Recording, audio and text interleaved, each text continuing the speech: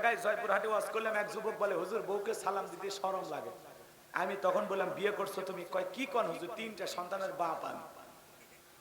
আমি তখন বললাম স্ত্রী সহবাসের একটা দোয়া আছে তুমি জানো? কয় দাও তো হুজুর, ওটা দোয়া পড়ার টাইম। আমি বললাম বাবারে, তোমার স্ত্রী 3টা সন্তান হয়ে গেল, তোমার শরম লাগে না? সালাম দিদি কে শরম লাগে না? শরম না শয়তানি? কথা কন না কেন? কারণ ভাই আর শরম বেশি হলে তোর বইয়ের বাচ্চা হওয়ার কথা না। তা আপনি সুন্নত আমল করতে গিয়ে খালি ফাজলামি না? তাহলে বউকে সালাম দেব তো ইনশাআল্লাহ। আউযু বিল্লাহি মিনাশ শাইতানির রাজিম। বিসমিল্লাহির রহমানির রহিম। বিতাড়িত মোরদাদ শয়তানের কাছ থেকে আল্লাহ পাকের কাছে আশ্রয় প্রার্থনা চাচ্ছি। পরম করুণাময় অসীম দয়ালু আল্লাহ তাআলার নামে শুরু করছি। ইন্না আ'তাইনাকাল কাউসার ফাসাল্লি লিরাব্বিকা ওয়ানহার ইন্না শানিয়াকা হুয়াল আবতার। আল্লাহু আকবার। যে কোনো আয়াত বা সূরা তাফসীর করতে হলে কোন প্রেক্ষাপটে কোন সময় আল্লাহ তাআলা তার হাবিবের উপরে সেই সূরাটি বা আয়াতটি নাজিল করেছেন, সেই নাজিলের প্রেক্ষাপট জানা দরকার আছে না নাই? আরবিতে বলা হয় শানে নজুল। যদি শানে নজুল আলোচনা করা হয় তাহলে তাফসীর বুঝতে সহজ হয়। বলুন আল্লাহু আকবার। মানে নাজিলের সময় কালটা কেমন, প্রেক্ষাপটটা কেমন ছিল, কথা কি বুঝতে পারতেছেন? এই নাজিলের সময় কালকে আরবিতে বলা হয় শানে নজুল। কষ্ট হচ্ছে আপনাদের? তাহলে কোন সময় আল্লাহ তাআলা তার হাবিবের উপরে সূরা কাউসার নাজিল করেছিলেন, সেই সময়টা সেই প্রেক্ষাপটটা কেমন ছিল আমি কি একটু তুলে ধরবো? কষ্ট হবে না আপনাদের? আমার ভাইয়েরা, কাবার হাতিমে আমার নবীজি বসা, নবীর প্রিয় সাহাবী হযরতে আনাস রাদিয়াল্লাহু তাআলা আনহু বলেন, আমি তাকায় দেখি নবীজির মনটা ভীষণ খারাপ, মুখটা মলিন, চোখের কোনা দিয়া অশ্রু ঝরতেছে। কিছুটা সময় অতিবাহিত হয়ে যাওয়ার পরে আমি তাকায় দেখি আমার নবীজি মুস্কি মুস্কি হাসতেছেন। বলুন সুবহানাল্লাহ। হযরতে আনাস ডেকে বলেন, নবী এই মাত্র দেখলাম মনটা খারাপ, মুখটা মলিন, চোখের কোনা দিয়ে অশ্রু ঝরতেছে, আবার দেখি আপনি মুস্কি মুস্কি হাসেন, কারণটা কি? আমার নবী কেন কাঁদেন, কেন হাসেন? এর পিছনে রহস্য আছে না নাই? নবীজির কান্না করার কারণ হলো নবীজির কলিজার টুকরা ছেলে সন্তানগুলো জন্মগ্রহণ করে। আবুল কাসেম মারা যায়, আবু তাহের মারা যায়, ইব্রাহিম মারা যায়। বলেন তো বাজান, সন্তান জন্ম নিয়ে যদি বেশি দিন জীবিত না থেকে অল্প সময়ের ব্যবধানে মারা যায়, ছেলে সন্তান জন্মগ্রহণ করে আর মারা যায়, বাবা হিসাবে নবীর মনেও কষ্ট লাগে কিনা? নবীজির মনটা ভীষণ খারাপ। একটা ছেলে সন্তানও জীবিত থাকতেছে না, সব ছেলে সন্তানগুলো মারা যাইতেছে। নবীর কাছের চাচা নাম হলো আবু লাহাব ডেকে বলে, ভাতিজা তোমার বংশে ভাতিজানোর কেউ থাকলো না, তুমি একটা লেজ কাটা, তুমি একটা নির্বংশ, জোরে কন্যা উযুবিল্লাহ। একে তো সন্তান হারানোর ব্যথা, অন্যদিকে আপন মানুষদের সমালোচনা। নবীজির মনের কষ্ট কমে না বাড়ে? আর একটু জোরে বলেন, কমে না বাড়ে? আমার ভাইয়েরা, আপনারাই বলুন, আল্লাহ না করুক আপনার আমার সন্তান যদি মারা যায়, কাছের মানুষদের উচিত বিপদের দিকে সান্ত্বনার বাণী শোনানো। বাবা তুমি সবর করো, ধৈর্য ধারণ করো, আল্লাহ সন্তান দিয়েছে, আল্লাহ নিয়েছে, জীবন মৃত্যুর মালিক আল্লাহ, তুমি ধৈর্য ধারণ করো। আল্লাহ যদি চায় বছর না ঘুরতে আবারও তোমাদের ঘর আলোকিত করে সন্তান দান করতে পারেন তিনি কে? এই জন্য বাজান হৃদয়ের কান পেতে কথাগুলো শুনে যান। নবীজি কাছের চাচা আবু লাহাব ডেকে বলে, ভাতিজা তোমার বংশে ভাতিজানো কেউ থাকলো না, তুমি একটা লেজ কাটা, তুমি একটা নির্বংশ। আমার ভাইয়েরা, বিশ্বনবীর ছেলে সন্তানগুলো কেন জীবিত থাকলেন না? কেন তারা শিশুকালে বিদায় নিলেন? একটা ছেলেও কেন যৌবন পর্যন্ত দুনিয়ার জমিনে জীবিত থাকলো না? অন্য পয়গাম্বরের ছেলে জীবিত ছিল, কিন্তু বিশ্বনবীর ছেলেগুলো কেন জীবিত থাকলো না? এর পিছনে কারণ আছে না নাই? নবীজির ছেলে সন্তানগুলো কেন জীবিত থাকলো না? আল্লাহ তাআলা কেন তাদেরকে শিশুকালে নিলেন? এর পিছনে রহস্য আছে তিনটি। জোরে বলেন কয়টি? নবীর ছেলে সন্তানগুলো এই দুনিয়ার জমিনে আল্লাহ কেন জীবিত রাখলেন না? নবীর উম্মত হিসেবে জানতে মনে চায় না কি সেই তিনটি কারণ? কারা কারা শুনবেন হাত তোলেন তো দেখি। লিল্লাহে তাকবীর, হাত নামান। কি সেই তিনটি কারণ? যদি আমি আলোচনা শুরু করি তাহলে 3 নাম্বার আয়াতের আলোচনা শুরু করা লাগবে। আমি কি 1 নাম্বার আয়াত বাদ দিয়ে 3 নাম্বারে যাব, নাকি আস্তে আস্তে শুরু করা যায়? ধৈর্য আছে তো ভাই? আমার ভাইয়েরা গভীর মনোযোগ দিয়ে শুনবেন। একে তো সন্তান হারানোর ব্যথা, অন্যদিকে সাহাবায়ে কিরামদের উপর নির্যাতন জুলুম চালায় কাফের বেঈমানেরা। আমার ভাইয়েরা, যারা ইসলাম ধর্ম গ্রহণ করে কাফের বেঈমানরা তাদের উপর নির্যাতন ও জুলুম চালায়। হযরতে বেলাল তখনও কালেমা পড়ে মুসলমান হন নাই। বিশ্বনবীর কালেমার দাওয়াতের কথা শোনার পরে নবীজি আমার রাতের বেলায় দারুল আরকামে বসা হযরতে বেলাল বিশ্বনবীর দরবারে উপস্থিত হয়ে গেলেন। নবীজির চেহারার দিকে তাকাইয়া ডেকে বলেন, নবী গো, আপনার চাইতে সুন্দর মানুষ আমি জীবনে কোনোদিন দেখি নাই। আপনার আমার নবী কতটা সুন্দর ছিলেন জানেন?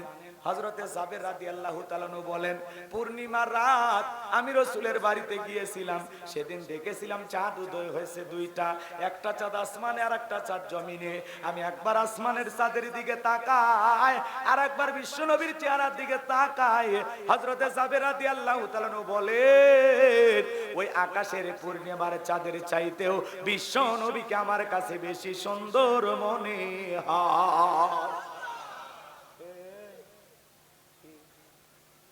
কথা বলা যাবে না বাবা।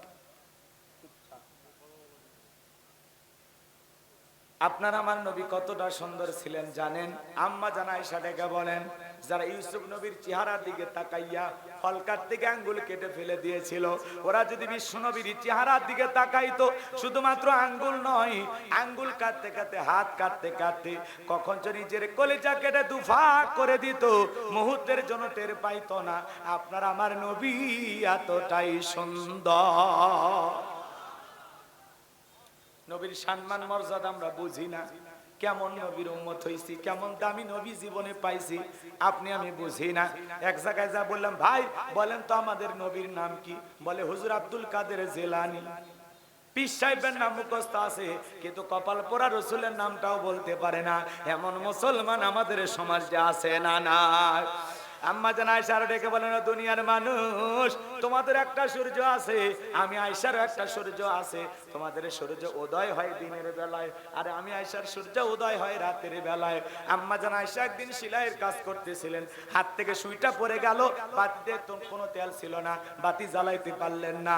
আম্মা জান অপেক্ষায় বসে থাকলেন। বিশ্বনবী যখন এশার সালাত আদায় করার পরে ঘরের ভিতরে প্রবেশ করে নবীজি আমার সর্বপ্রথম আম্মা জানকে সালাম দিলেন। নবীজি ঘরে ঢুকে স্ত্রীকে কি দিলেন? এই আমল উম্মতের ঘরেও থাকার দরকার আছে না নাই? বাড়িতে ঢুকে স্ত্রীকে সালাম দেওয়া রাসূলের সুন্নাত। কথা কয় না? বাড়িতে যাই স্ত্রীকে কি দেবেন? সালাম দিবেন। আসসালামু আলাইকুম রহিমা, কেমন আছো সোনা? ঘরের দরজাটা খোলো না, আমি তোমার লিটনের বাপ, তোমার দিওয়ানা। বউ খুশি হয়ে দরজা খুলবে। কথা বলে ঠিক কিনা? কিন্তু আমাদের ব্যবহার এত ভালো না। আমরা রাগান্বিত হয়ে বাড়ির দরজায় ডাক দে, এ রুবেলার মা, দরজা খোল। বেশি দেরি হলে দরজা ভেঙে ফেলে দিয়া তোর পিঠের উপর কি যে হবি রে। ভিতর থেকে বউ বলে, এটা স্বামী না, সেকেন্ড হাজবেন্ড। কারণ আমাদের ব্যবহার অত মিষ্টি না। এদিক খেয়াল করেন, বাড়িতে যাই স্ত্রীকে সালাম দিবেন, বাড়িতে ঢোকে স্বামীও কিছু বলে না, বউও কিছু বলে না, দুইজনে বোবা। কথা কয় না? স্বামী স্ত্রীর মধ্যে সালাম আদান প্রদান হওয়া লাগবে। স্ত্রীকে সালাম দেবেন। সালাম আছে যেখানে শান্তি আছে, সালাম আছে যেখানে সমাধান আছে। স্ত্রীকে সালাম দেবেন। লোকজন না থাকলে বইয়ের হাতটা ধরে মুসাফা করবেন। কার হাত? এই যুবকে কথা বলো না কেন? কার হাত? বইয়ের হাত। পাশের বাড়ির ভাবির হাত না, ছাতা দিয়ে পিটাবে। বইয়ের হাত ধরে মুসাফা করবেন। ময়দান যদি একেবারে ফাঁকা থাকে, কুলাকুলিও সেরে নেবেন। পারবেন তো ইনশাআল্লাহ? স্বামী স্ত্রীর মধ্যে সালাম আদান প্রদান হলে আল্লাহর পক্ষ থেকে তাদের উপরে রহমত নাজিল হয়। বলেন আল্লাহু আকবার। পারবেন তো ইনশাআল্লাহ? দাম্পত্য জীবনে যদি সুখ পেতে চান, শান্তি পেতে চান, স্বামী স্ত্রীর মধ্যে 4টা সুন্নত আমল করা লাগবে। জোরে বলেন কয়টা? রাসূলের 4টা রোমান্টিক সুন্নত আছে। এই 4টি সুন্নত যদি প্রত্যেকটা নারী পুরুষ তাদের দাম্পত্য জীবনে আমল করতে পারে, তাদের জীবনে কোনোদিন অশান্তি থাকবে। কবিরাজ লাগবে না, পানি পড়া লাগবে না, ফুফা লাগবে না। কথা কয় না কেন? একেবারে সম্পর্ক মৃত্যু পর্যন্ত টিকে থাকার গ্যারান্টি দিচ্ছি। কয়টা সুন্নত শুনবেন? কারা কারা একটু হাত তোলেন তো দেখি। লিল্লাহি তাকবীর। হাত তোলা থেকে বুঝতেছি আমরা এই রোগে সবাই আক্রান্ত। না কষ্ট হচ্ছে নাকি আপনাকে? এমনিতে মজা করলাম, কষ্ট যেন নেই না, ঠিক আছে? তাহলে বউকে সালাম দিতে পারবেন তো ইনশাআল্লাহ? পারবেন না? হয়তো বা প্রথমে যদি আজকে সালাম দেন আসসালামু আলাইকুম, তখন আবার বলবে কারে সালাম দিলাম। যদি বলেন শেফালি তোরেই দিলাম, তখন বলবে বাপ রে বাপ, আজকে আবার কোন হুজুরের মুরিদ নিয়ে বাড়িতে ঢুকলা, সেদিনই তো মুখের গাছের কলা চুরি করলা। কথা কি বুঝতে পারছেন? এজন্য সালাম দিবেন। এক জায়গায় জয়পুরহাটে ওয়াজ করলাম, এক যুবক বলে হুজুর বউকে সালাম দিতে শরম লাগে। আমি তখন বললাম বিয়ে করছো তুমি? কয় কি কোন হুজুর, 3টা সন্তানের বাপ আমি। আমি তখন বললাম স্ত্রী সহবাসের একটা দোয়া আছে তুমি জানো? কয় দাও তো হুজুর, ওটা দোয়া পড়ার টাইম। আমি বললাম বাবারে, তোমার স্ত্রী 3টা সন্তান হয়ে গেল, তোমার শরম লাগে না? সালাম দিতে গিয়ে শরম লাগে না? শরম না শয়তানি? কথা কন না কেন? কারণ ভাই আর শরম বেশি হলে তোর বইয়ের বাচ্চা হওয়ার কথা না। তা আপনি সুন্নত আমল করতে গিয়ে খালি ফাজলামি না। তাহলে বউকে সালাম দেবো তো ইনশাআল্লাহ? বউকে সালাম দিলে কি আপনার সম্মান কমে যাবে? বউকে যারা সালাম দেয় এরা কি কাপুরুষ? এরা সত্যিকারী ভদ্র পুরুষ। কারণ স্বামী স্ত্রীর মধ্যে সালাম আদান প্রদান হলে ইয়াকে অপরের প্রতি শ্রদ্ধা, ভক্তি, ভালোবাসা বৃদ্ধি পায়। মারহাবা কয়। মনে থাকবে না? আরো বলা লাগবে।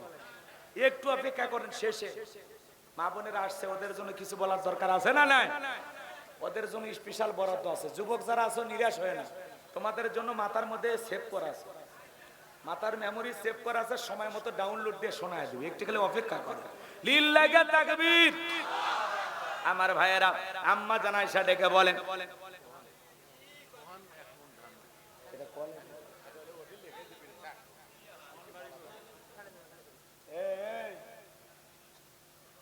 কি কই এদের, সে যা দেবে শুধু লিখে রাখবে, বলার দরকার নেই, ঠিক আছে? আম্মা জান আয়েশা ডেকে বলেন, নবীজির চেহারার আলোতে সুইটা কই পড়ে আছে আমি পরিষ্কার দেখতে পেয়েছি। আপনার আমার নবী কেমন নবী পাইছি বাজান গো আমার।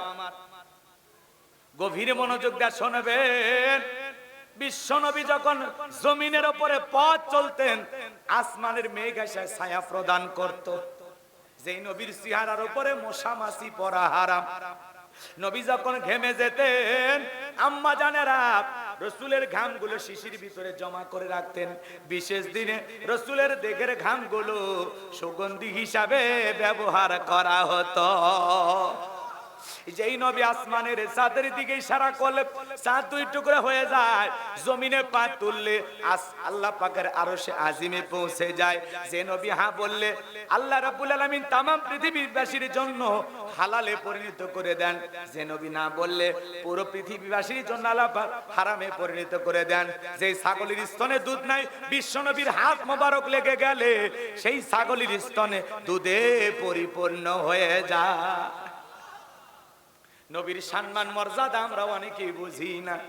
অনেক কপাল পোড়া বড় বড় কথা বলবে, কিন্তু রাসূলের জিন্দেগি নিয়ে যদি আলোচনা করা হয়, এইটা শোনার পরেও যাদের কাছে ভালো লাগবে না, রাসূলের মোহাব্বত তাদের কলিজায় আমার মনে হয় আছে না নাই? কারণ রাসূল এমন একজন দামি পয়গম্বর আপনি আমি পেয়েছি, যে নবী যেখানে হাত দিয়েছেন সেখানেই বরকত। সুবহানাল্লাহ। এদিকে খেয়াল করেন, সেই নবীর কাছে হযরত বেলাল ডেকে বলেন, নবী এই যে পিছনে কথা বলে কারা, দোকান নেই কি এক সালা,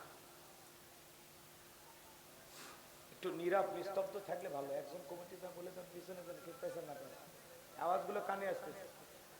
বলো এলে মুফতি মুহাদ্দিস তোমরা পরে হয়ে কি কি বলতেছে ঠিক না।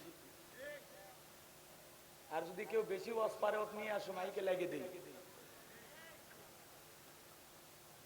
কষ্ট হচ্ছে আপনাদের? কারণ সাইটে যদি আওয়াজ আসে এলোমেলো হয়ে যায়। আমার ভাইয়েরা গভীর মনোযোগ দিয়ে কথাগুলো শ্রবণ করার চেষ্টা করবেন।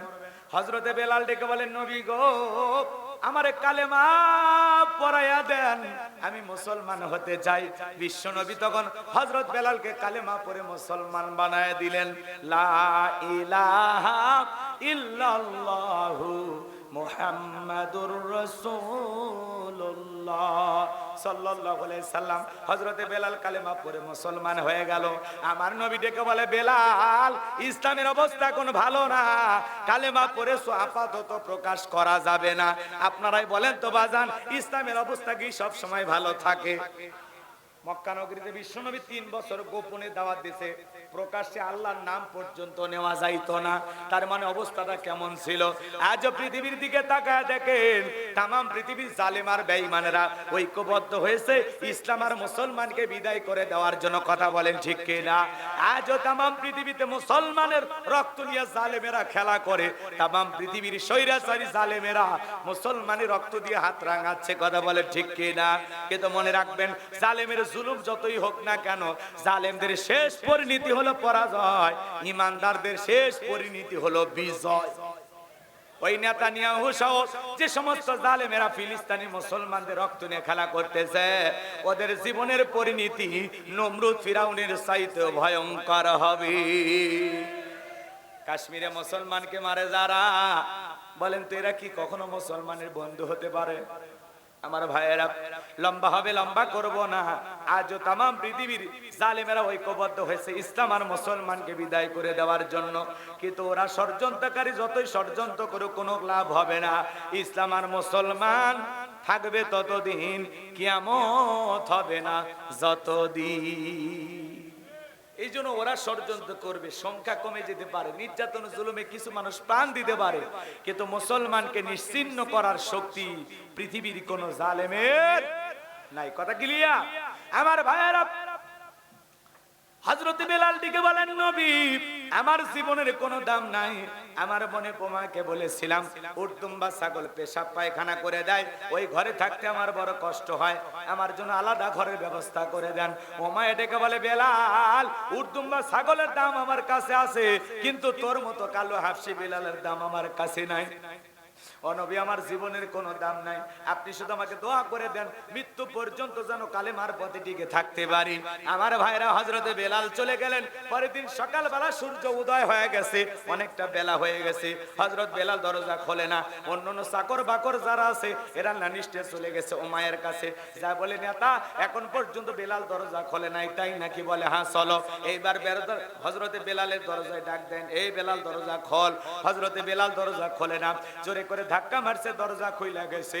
এইবার উমাইয়া তাকায়া দেখে, সেই রাত্রিতে হযরত বেলাল কালেমা পড়ে মুসলমান হয়েছে, ওই রাত্রিতে একটা উর্দুম্বা ছাগলের কাছে কোনো পেশাব পায়খানা নাই। জোরে বলেন মারহাবা। এইবার উমাইয়া ডেকে বলে, এ চাকরের দল, বেলালের বিরুদ্ধে মিথ্যা অভিযোগ দাও। তোমরা যখন ঘুমাচ্ছিলে, বেলাল তখন ময়লা আবর্জনা পরিষ্কার করেছে, তাকায়া দেখো না একটা উর্দুম্বা ছাগলের কাছে কোনো পেশাব পায়খানা নাই, তাই নাকি? বলে, হ্যাঁ। এইবার সবাই অবাক হয়ে গেল। ওদেরকে উমাইয়া তাড়ি দেওয়ার পরে এক পা দুপা করে বেলালের কাছে চলে গেলেন। হযরতে বেলাল দেয়ালের সঙ্গে পিঠটা লাগাইয়া মাথাটা নিচু করে জিহ্বা নাড়াইয়া জিকির করে কা। এইবার হযরত বেলালের কাছে যায়, হালকা করে ধাক্কা মারছে, যখন জবান দিয়ে কালেমার আওয়াজ বের হয়েছে, তখন শোনা মাত্রই ডেকে বলে, বেলাল, এসব কি শুনছি, তুমি কি কালেমা পড়ে মুসলমান হয়েছো? হযরতে বেলাল ডেকে বলে, মুসলমান হয় যারা মিথ্যা কথা বলতে পারে না তারা, ওয়াকুলু কওলান সাদীদা। মুসলমানেরা হবে সত্যবাদী, মুসলমানেরা কখনো মিথ্যাবাদী হতে পারে। আমাদের সমাজে মিথ্যাবাদী আছে না নাই? মিথ্যা কথা বলতে বলতে এক পা কবরে চলে গেছে, চেহারা বেঁকা হয়ে গেছে, এরপরে মিথ্যা বলা ছাড়ে না। শয়তান পর্যন্ত বলে আমি এত খারাপ না। এরকম মিথ্যাবাদী আছে না নাই? এমনও লোক আছে মিথ্যা কথা না কইলে নাকি পেটের ভাতই হজম হয় না। সকল পাপের উৎস হলো মিথ্যা, মিথ্যা ছেড়ে দেয়। কথা বলে না কেন? অনেক মানুষ এই সমাজে বড় বড় কথা বলতো, কিন্তু সম্পূর্ণটা কি? মিথ্যা। কথা বলে না কেন? বলে পালাবো না, অবস্থা ব্যাগতি থেকে আগেই পালিয়ে গেছে। এ কথা কন নাকি আপনারা? কই গেল ওদের ক্ষমতার বড়ায়? কই গেল লাফালাফি? বলে আমরা পালাই না, আমরা পালানের জাত না। কথা কয় না। মন্ত্রীরা সব কোথায় গেল? কোথায় কাদের কাকা? ওদের সারা দেশটা বড় লাগে ফাঁকা ফাঁকা। এমপিরা সব কোথায় গেল? মন্ত্রীরা সব কোথায় গেল? কোথায় কাদের কাকা? ওদের সারা দেশটা বড় লাগে ফাঁকা ফাঁকা। আইনে মন্ত্রী আটকে গেল আইনেরই ফাঁকে, দাড়ি সারা দরবেশটারে ভণ্ড ভণ্ড লাগে। কথা কন নাকি? একেবারে কুপে কাট করে দিছে। কথা কন। চেনেন না ওবায়দুল কাদেরক? চেনেন না? কথা বলেন, চেনেন না? বলে সমস্ত ছাত্রদের জন্য আমাদের ছাত্রলীগই যথেষ্ট। এই কথা বলে পাবলিককে উস্কায় দিয়েছিল। কথা বলে ঠিক কি না? আজকে আমার ভাইয়েরা সেই ছাত্রলীগকে বাংলাদেশ থেকে নিষিদ্ধ করা হয়েছে। কথা বলেন না কেন?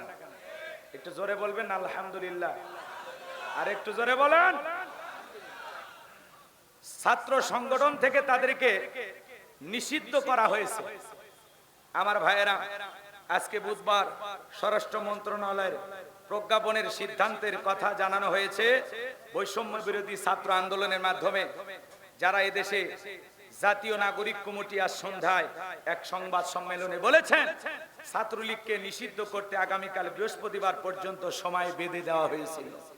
আমার ভাইয়েরা তার আগেই সংগঠনটিকে নিষিদ্ধ করা হয়েছে, যে ছাত্রলীগকে বাংলাদেশ থেকে নিষিদ্ধ করা হলো। কারণ ছাত্রলীগ একটি সন্ত্রাসী কর্মকাণ্ড করেছিল। তারা দেখেছিলেন আপনারা, রামদা দিয়ে বিভিন্ন দা দিয়ে মানুষকে দিনের আলোতে কুপিয়ে হত্যা করেছিল। কথা বলে ঠিক কিনা? আমরা বিশ্বজিতের হত্যাকাণ্ডের কথা ভুলে যাই নাই। শিবির টাক লাগাইয়া আমার ভাইয়েরা এদেশের তথাকথিত সোনার টুকরা ছাত্রলীগের ছেলেরা তাকে হত্যা করেছিল। আব্রাহার ফাহাদ নামের বুয়েট বিশ্ববিদ্যালয়ের মেধাবী ছাত্রকে এই সোনার ছেলেরা পিটিয়ে হত্যা করেছিল। লগি বৈঠা দিয়ে 2006 সালে 28 অক্টোবরে মানুষকে হত্যা করে লাশের উপরে নৃত্য করেছিল। এই জন্য তাদেরকে নিষিদ্ধ করা হয়েছে। আমরা চাই বাংলাদেশের মানুষ শান্তিতে বসবাস করবে। এদেশে কোনো বিশৃঙ্খলা থাকবে না, এদেশে কোনো অশান্তি থাকবে না। আমরা সবাই মিলেমিশে বসবাস করতে চাই। কথা বলে ঠিক কিনা? কে কোন দল করবে এটা তার ব্যক্তিগত ব্যাপার, কিন্তু কেউ কাউকে আক্রমণ করবে, পিটাইয়া মারবে, এমন রাজনীতি আমরা বাংলাদেশে দেখতে চাই না। রাজনীতি হবে মানবতার কল্যাণের জন্য, রাজনীতি হবে দেশের কল্যাণের জন্য, রাজনীতি হবে মানুষের ভাগ্যের উন্নয়নের জন্য। কিন্তু সেই রাজনীতিকে যারা দাউকুরাল বানায়, সেই রাজনীতিকে যারা ডাকাতির কাঠগড়া বানায়, দেশের টাকা বিদেশে পাচার করে, লুটপাট করে, এমন রাজনীতিবিদদের হাতে দেশ গেলে দেশ ধ্বংস হয়ে যাবে। কথা বলে ঠিক কিনা? আজকে 11 লক্ষ কোটি টাকা দুর্নীতি করা হয়েছে, পাহাড় সমপরিমাণ ঋণের বোঝা চাপায়া দিয়ে ওরা পালিয়ে গেছে। কথা বলে ঠিক কিনা? রাগ করতেছেন আপনারা? যেই ছাত্র সংগঠনই হোক না কেন, ছাত্রলীগ হোক আর অন্য দল হোক, যে সমস্ত ছাত্র ভাইরা ছাত্র রাজনীতির নামে এদেশের নিরীহ ছাত্রদেরকে পিটিয়ে হত্যা করবে, ছাত্রদের হাতে থাকবে কলম, তাদের হাতে দেখা যায় চাপাতি, রামদা, বিশাল বিশাল। কথা বলেন না? প্রত্যেকটা কলেজ ক্যাম্পাসে অস্ত্রের ঝনঝনানি কেন রে ভাই? বাচ্চা কাচ্চা পিতামাতা স্বপ্ন নিয়ে বিশ্ববিদ্যালয়ে পাঠায় পড়াশোনা করার জন্য, ওরা রাজনীতির নামে খালি মারামারি করে। কেন কেন? এই জন্য আমরা চাই বিশ্ববিদ্যালয় থেকে প্রয়োজনে সমস্ত ছাত্র রাজনীতি নিষিদ্ধ করতে হবে। কথা বলে ঠিক কিনা? আর যদি কেউ করতে চায় তাহলে শৃঙ্খল ভাবে করতে হবে। তাদের মাধ্যমে যেন ওই বিশ্ববিদ্যালয়ের ক্যাম্পাসে মারামারি না হয়, কাটাকাটি না হয়, সন্ত্রাসী কোনো কর্মকাণ্ডের ঘটনা না ঘটে। কথা বলে ঠিক কিনা আমার ভাইয়েরা? কারণ আমাদের সন্তান আমাদের ভবিষ্যৎ। কথা বলে ঠিক কিনা? মা বাবা বুক ভরা আশা নিয়ে সন্তানদেরকে ইউনিভার্সিটি বিশ্ববিদ্যালয়ে পাঠায়। এই জন্য আমরা ছাত্র ভাইদেরকে বিনয়ের সহিত বলবো, আপনারা ছাত্র রাজনীতি থেকে একটু নিজেকে বিরত রাখেন, সমাজের ন্যায় দাবির পক্ষে থাকবেন। কথা বলেন ঠিক কিনা? কেউ কারো প্রতি আক্রমণ করবেন না, কেউ কাউকে পিটা হত্যা করবেন না। আব্রাহার ফার্ম আবরার ফাহাদের মায়ের চোখের পানি এখনো থামেনি। কথা বলেন ঠিক কিনা? কথা বলেন। ওই কুষ্টিয়াতে বাড়ি, শোনেন না আপনারা? শুধু ফেসবুকে একটা পোস্ট করার কারণে ছেলেটা নামাজ পড়তো, এটাই ওদের সহ্য হইতো না। নামাজের সময় কিছু বিশ্ববিদ্যালয়ের ভাইকে ডাকতো, ভাই চলো নামাজে যাই, এই জন্য ছেলেটাকে পিটিয়ে হত্যা করা হয়েছিল। আবরাহার ফাহাদ নামের যেই ছেলেটাকে হত্যা করা হয়েছে এই ছাত্রটা, কথা বলে ঠিক কিনা? এই জন্য সেই ছাত্রলীগকে নিষিদ্ধ করেছে বাংলাদেশে।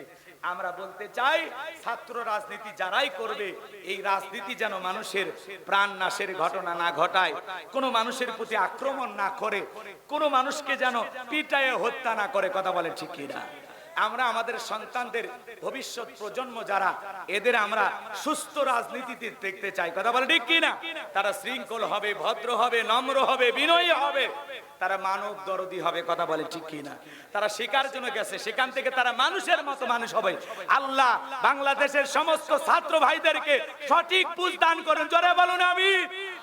ছাত্র রাজনীতির নামে ক্যাডারগিরি করা, মাস্তানি করা, এগুলো আমরা দেখতে চাই না। ওরা ভালো মানুষ হবে, ওরা আমাদের সন্তান, ওরা আমাদের ভাতিজা। কথা বলে ঠিক কিনা? ওরা মানুষের মতো মানুষ হবে, এটা আমরা চাই। প্রত্যেকটা ছাত্র হবে এক একটা সোনার টুকরা, পিতামাতার স্বপ্ন পূরণ করে তার লক্ষ্যে, তার গন্তব্যে সে পৌঁছে যাবে। এদেশের সকল ছাত্র ভাইদেরকে আল্লাহ পাক কোরআন সুন্নাহর সঠিক বুঝ দান করুন। একটু জোরে বলেন আমিন। সত্যিকারের মানুষ হওয়ার তৌফিক দান করুন। জোরে বলুন আমিন। কষ্ট হচ্ছে নাকি আপনাদের? মাজান গো, আমার সামনের দিকে যাই। আমি যে কথা বলতে চাচ্ছিলাম, হৃদয়ের কান পেতে কথাগুলো শুনে যান আমার ভাইয়েরা। আপনারা মনে অনেকে বিরক্ত হয়েছেন, রাগ করতেছেন আপনারা। তাহলে বাজান গো আমার, যারা বড় বড় কথা বলেছিল, আজকে সেই সমস্ত মানুষগুলো নাই। আমরা ভেবেছিলাম ওরা বুঝি মুখ দিয়ে যা বলতেছে সত্য, কিন্তু আসলে কথা বললে যে সবই সত্য কথা হয় এমনটা নয়। এই জন্য বাজান গো আমার, আমরা মিথ্যা ছাড়তে রাজি আছি তো ইনশাআল্লাহ। কথা কয় না? আমরা মিথ্যা ছাড়তে রাজি আছি তো ইনশাআল্লাহ। হযরতে বেলাল ডেকে বলে, মুসলমান হয় যারা মিথ্যা কথা বলতে পারে না তারা। আমি গতকাল রাত্রিতে বিশ্বনবীর হাতে হাত রেখে আমি কালেমা পড়ে মুসলমান হয়েছি। এই কথা শোনার পরে ওমায় ডেকে বলে, এ বেলাল, উর্দুম্বা ছাগলের মালিক বানায় দেব, থাকার জন্য ভালো ঘর বাড়ি ব্যবস্থা করে দেব।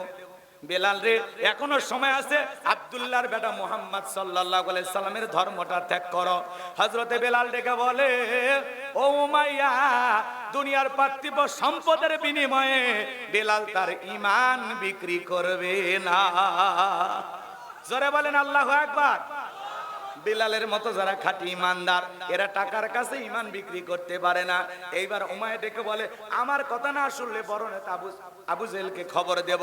হযরতে বেলাল ডেকে বলে, কোন বড় নেতা ছোট নেতা এখন কাউকে গোনার টাইম নাই। আমি দুনিয়ার কোন আবু জেহেলকে ভয় করি না, আমি ভয় করি আমার আল্লাহকে। আল্লাহু আকবার। জোরে বলেন। আমার ভাইয়েরা গভীর মনোযোগ দিয়ে শুনবেন। এইবার উমাইয়া দৌড়ে চলে গেল আবু জেহেলের বাড়িতে, যা বলে, নেতা সর্বনাশ হয়ে গেছে, আমার বাড়ির কৃতদাস বেলাল কালেমা পড়ে মুসলমান হয়েছে। তাই নাকি? বলে, হ্যাঁ ঠিক আছে, যাও আমি আসতেছি। বাজান গো আমার, গভীর মনোযোগ দিয়ে শুনবেন। এইবার হযরতে বেলালকে ধরার জন্য আবু জেহেল তার সাঙ্গ পাঙ্গ ক্যাডার বাহিনী নিয়ে হাজির হয়ে আসলো। মনে রাখবেন, আজও পৃথিবীতে দেখবেন এক শ্রেণীর মানুষেরা, তাদের এক শ্রেণীর বাহিনী আছে যাদের কাজই হলো টুপিওয়ালা, দাড়িওয়ালা, আল্লাহওয়ালাদের উপর নির্যাতন, জুলুম চালানো। আবু জেহেল সাঙ্গপাঙ্গ ক্যাডার মাস্তান সঙ্গে নিয়ে আসা, ডেকে বলে, বেলাল এই দিকে আয়। হযরতে বেলাল যখন কাছে আসলেন, ডেকে বলে, বেলাল, তোমারে আমি পার্সোনাল ভাবে মোহাব্বত করি, তোমার উপর বিশেষ নজর আছে, ভালোবাসা আছে। বেলাল রে, এসব কি শুনছি, তুমি নাকি কালেমা পড়ে মুসলমান হয়েছ। হযরতে বেলাল ডেকে বলে, আবু জেহেল রে, যা শুনেছো ঘর বাড়ি ব্যবস্থা করে দেব, ব্যবসা বাণিজ্য যদি করতে চাও, দিরহাম টাকা পয়সা যা লাগে সবকিছু দেব। লোভনীয় প্রস্তাব হযরতে বেলালকে দেওয়া হলো। হযরতে বেলাল ডেকে বলে, আবু জেহেল রে, দুনিয়ার সব সম্পদ যদি বেলালকে দিতে চাও, দুনিয়ার সব সম্পদ ছাড়তে রাজি, কিন্তু বিশ্ব নবীর কালেমা ছাড়তে রাজি নাই। আল্লাহু আকবার বলেন। বেলালের মতো যারা খাঁটি ইমানদার, এদেরকে টাকা দিয়ে কেনা যায় না, কিন্তু মুনাফিক মার্কা মুসলমান যারা টাকার কাছে বিক্রি হয়, তারা টাকা যেই দিকে ওদের ফতুয়া সেই দিকে। আছে না নাই? টাকার গন্ধ পাইলে পাগল হয়ে যায়, আছে না নাই? এজন্য বাজান গো আমার, টাকা যেই দিকে ফতুয়া সেই দিকে, বৈধ টাকা অবৈধ বলে, হালালটাকে হারাম বানায় দেয়, টাকার জোরে ওদের ফতুয়া ঘোরে। কথা কোন? এক শ্রেণীর মানুষ এরকম আছে না নাই? টাকা পাইলে বাতিলের 5 গোলাম হয়। কোন মুসলমান এই দুনিয়ার কারো 5 গোলাম হতে পারে না। মুসলমান গোলামি করবে কার? আমরা এক আল্লাহর গোলাম, এটা আমাদের পরিচয়। আমার ভাইয়েরা, কষ্ট মনের মধ্যে নেবেন না বাজান গো আমার, হৃদয়ের কান পেতে কথাগুলো শুনে যান। আমি যে কথা বলতে চাচ্ছিলাম, এইবার আবু জেল ডেকে বলে সোজা আঙ্গুলে ঘিউ না উঠলে আঙ্গুলে একটু বাঁকা করা লাগবে।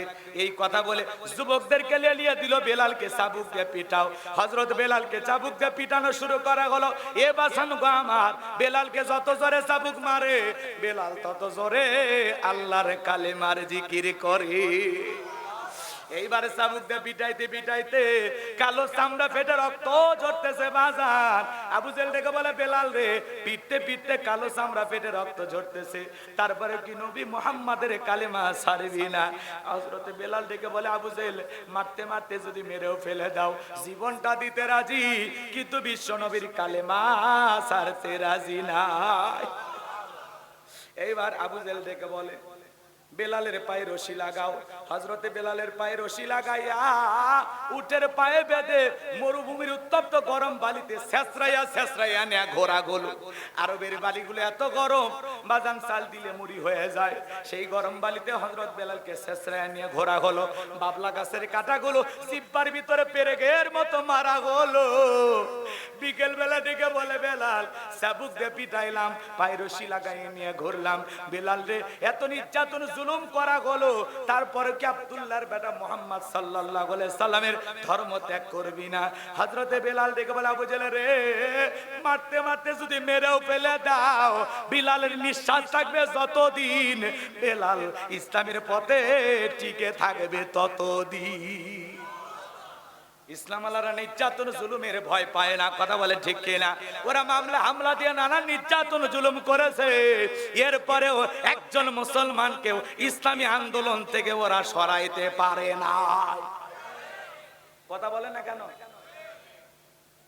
গভীর মনোযোগ দিয়ে শুনবেন আমার ভাইয়েরা, হৃদয়ের কান পেতে কথাগুলো শুনে যান।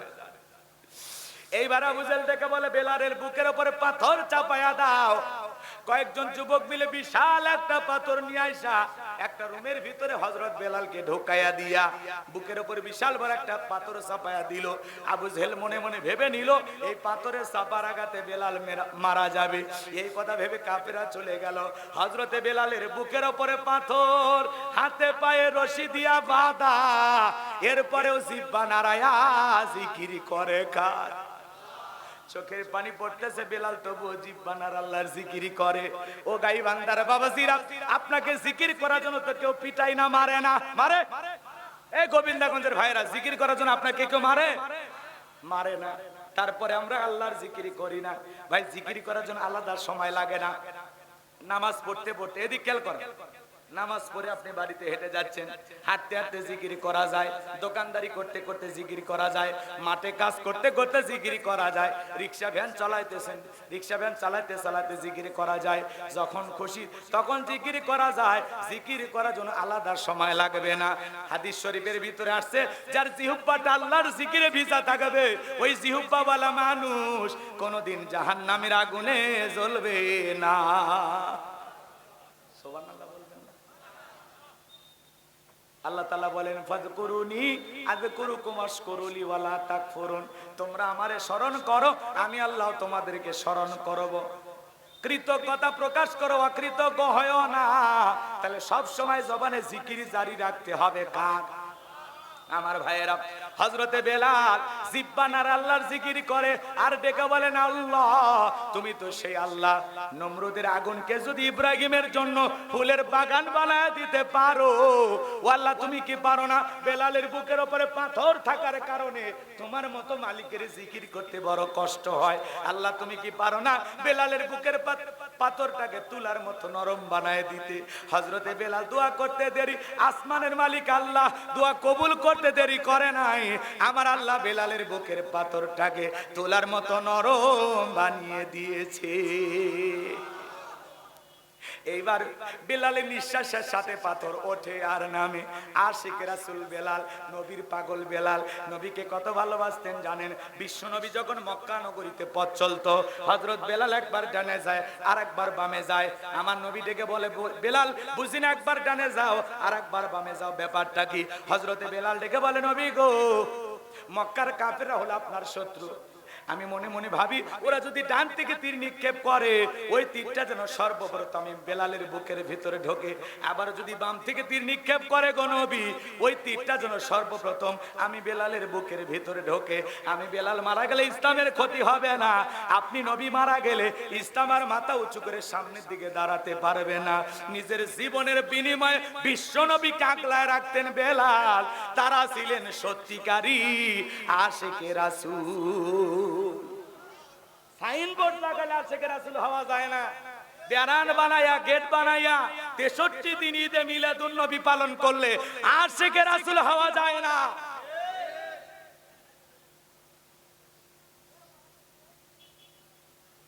কষ্ট হচ্ছে? সত্যিকারে আশিকে রাসূল কারা? বেলালের মতো শত নির্যাতন জুলুম সহ্য করেও ইসলামের পথে, ঈমানের পথে টিকে থাকবে যারা। আপনি নিজেকে মুমিন দাবি করতেছেন, পরীক্ষা না দিয়ে জান্নাতে যেতে পারবেন না। কথা কয়। আল্লাহ বলতেছেন, মানুষেরা কি মনে করেছে ঈমান এনেছি কথা বললেই ছেড়ে দেওয়া হবে? তাদের কি পরীক্ষা করা হবে না? সূরা আনকাবুত, কথা বললেন না কেন? কোন সূরা? ঠিক ঠিক, আপনিও ঠিক আছেন, আমি যেটা বলতেছি ওটা ঠিক আছে, দুইটাই ঠিক। কষ্ট হচ্ছে আপনাদের? বিরক্ত হচ্ছেন? আমার ভাইয়েরা, হৃদয়ের কান পেতে কথাগুলো শুনে যান। আমি যে কথা বলতে চাচ্ছিলাম, এদিকে লম্বা করতে গেলে আরো লম্বা হবে, আপনাদের কষ্ট বাড়তেছে মনে হয়। আমার ভাইয়েরা, নবীজিকে হযরত বেলাল কত মুহাব্বত করতেন, ভালোবাসতেন। আমি যদি বলতে যাই আরো অনেক লম্বা হবে, আমি লম্বা করতে চাই না বাজান। বেলালের উপর নির্যাতন জুলুমের খবর বিশ্ব নবীর কান পর্যন্ত যখন পৌঁছে গেল, আমার নবী ডেকে বলে, আবু বকর, বেলালের নির্যাতন জুলুম আর সহ্য করতে পারি না, এত কষ্ট বেলালকে দেওয়া হচ্ছে, যাও যাও তুমি আমার বেলালের জন্য একটা কিছু করো। হযরত আবু বকর সিদ্দিক রাদিয়াল্লাহু তাআলা আনহু কয় কোন দাম বেশি দিয়া গোলামীর জীবন থেকে হযরত বেলালকে আজাদ করলেন, মুক্ত করলেন। বলুন আল্লাহু আকবার। এই যখন ইসলামের অবস্থা, একদিকে সন্তান হারানোর ব্যথা, অন্যদিকে সাহাবায়ে কেরামদের উপর জুলুম নির্যাতন, এই জন্য নবীজির মনটা ভীষণ খারাপ। আর নবীর যখন মন খারাপ, নবীকে সান্ত্বনা দেওয়ার দায়িত্ব কার? আর একটু জোরে বলেন কার? আমার আল্লাহ ডেকে বলে, জিবরাইল, আমার বন্ধুর মা নাই, বাবা নাই, আমি ছাড়া আমার বন্ধুর কেউ নাই। এ জিবরাইল, আর করিস না দেরি, লাহু মাহফুজ থেকে সূরা কাউসার নিয়ে যায় আমার বন্ধুর উপরে নাজিল কর তাড়াতাড়ি। এইবার জিবরাইল আসলেন, আমার নবী ডেকে বলে, ও সাহাবীরা শোনো, আনাস, তোমরা তো জানো আমার মনটা কেন খারাপ, কিন্তু আমার মুস্কি হাসি দেওয়ার কারণ হলো এই মাত্র জিবরাইল আসমান থেকে এসে আমার উপরে সূরা কাউসার নাজিল করলো। বলুন আল্লাহু আকবার। সাহাবায়ে কেরামদের নির্যাতন আর সন্তান বিদায় নিছে, এই জন্য মনটা খারাপ। কিন্তু মুস্কি হাসি কেন দিলেন? কারণ সূরা কাউসার জিবরাইল নিয়ে এসে সুসংবাদ দিয়েছেন। সুবহানাল্লাহ। আচ্ছা, আপনারা 12টা বেজে গেছে নাকি আবার বৃষ্টি আইছে?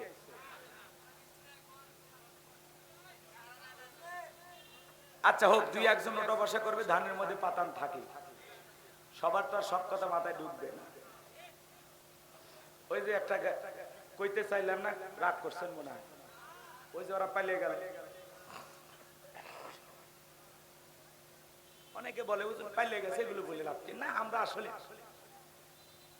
যাওয়াতে আমাদের মন খারাপ, কারণ তাদেরকে আর বিটিভিতে দেখা যাচ্ছে না। কথা কথা, ওই জন্য তো বললাম, ওরা আইন বানিয়েছে, এখন ওদের আইনের জালে ওরাই ফেসে যাচ্ছে। কথা কন না কে? ওই যে কি বললাম, ভুলে গেছে। আইন মন্ত্রী আটকে গেল আইনেরই ফাঁকে, দাড়ি সারা দরবেশটারে ভণ্ড ভণ্ড লাগে। শুনেছি ভাই কত নেতা নেত্রী হয়েছে গ্রেপ্তার, শুনেছি ভাই কত নেতা নেত্রী খাইতেছে ভাই ডান্ডা, বিচারপতি কালামানিকের ফাটিয়েছে নাকি আন্ডা। পলকেরও ঝলক গেল, পলকেরও ঝলক গেল, থামিয়ে নেটের চাকা, ওদের সারা দেশটা বড় লাগে ফাঁকা ফাঁকা। কোথায় গেল সংসদেতে মমতাজের গান, কোথায় গেল হযরত বলা স্বামী ওসমান। খেলা হবে, খেলা হবে। কি ডায়লগ দিত আজকে আছে ওরা, কথা বলেন না কেন? কোথায় গেল আরাফাত আর ব্যারিস্টার সুমন, কথা বলার সময় ওরা করেনি ওজন। সুমন সাহেব গ্রেফতার, কথা কয় না কেন? ব্যারিস্টার সুমন কোন জায়গা? জেলখানায় 5 দিনের রিমান্ডে। যে ফেসবুক লাইভে এসেই বলতো পরম করুণাময় সীম দলে আল্লাহর নামে শুরু করছি, আমার 5 দিনের রিমান্ড মঞ্জুর হয়ে গেছে। যারা এই দেশের কোরআনের পাখি বিশ্ববরণ্য মুফাসসির আল্লামা সাইদি হুজুরকে ট্রাইব্যুনাল গঠন করে মৃত্যুদণ্ডের রায় দিয়েছিল, এই ব্যারিস্টার সুমনও তাদের সাথেই ছিল। কোরআনের পাখিকে বিদায় করে দিয়েছে, আজকে দেখো তোমাদের অস্তিত্ব খুঁজে পাওয়া যাচ্ছে না। আলেমদের উপর নির্যাতন করে নিরীহ মানুষকে আইনা করে বন্দী করে মিথ্যা মামলা হামলা দিয়া অন্ধ মানুষকে পর্যন্ত গাড়ি পোড়ানোর মামলা দিয়েছে। শয়তান পর্যন্ত বলে আমি এটা বিশ্বাস করি না যে অন্ধ মানুষ গাড়িতে আগুন লাগাইতে পারে। রাগ করিয়েন না, মনে অনেক জ্বালা আছে, বেশি ছাপাই গাইবেন না, খবর আছে। আমরা ভদ্র মানুষ দেখে কিছু বলি না, কথা কন। দেশের 12টা বেজে গেছে, সব ধ্বংস হয়ে গেছে। উনি রাগ কইরাও যদি পদত্যাগ করে দেশে থাকতো তাও আমরা অনেক ভালো থাকতাম। কি দরকার বিদেশে যাওয়া, কথা কয় না। উনি যাওয়াতে দেশের কত ক্ষতি হয়েছে জানেন? ওই শাসকবিহীন ওই 2-1 রাতে কত লুটপাট, কত চুরি, কত ভাঙচুর, কত যে ক্ষতি হয়েছে, কথা কয় না কেন? কত আতঙ্ক ছিল আমাদের ভিতরে।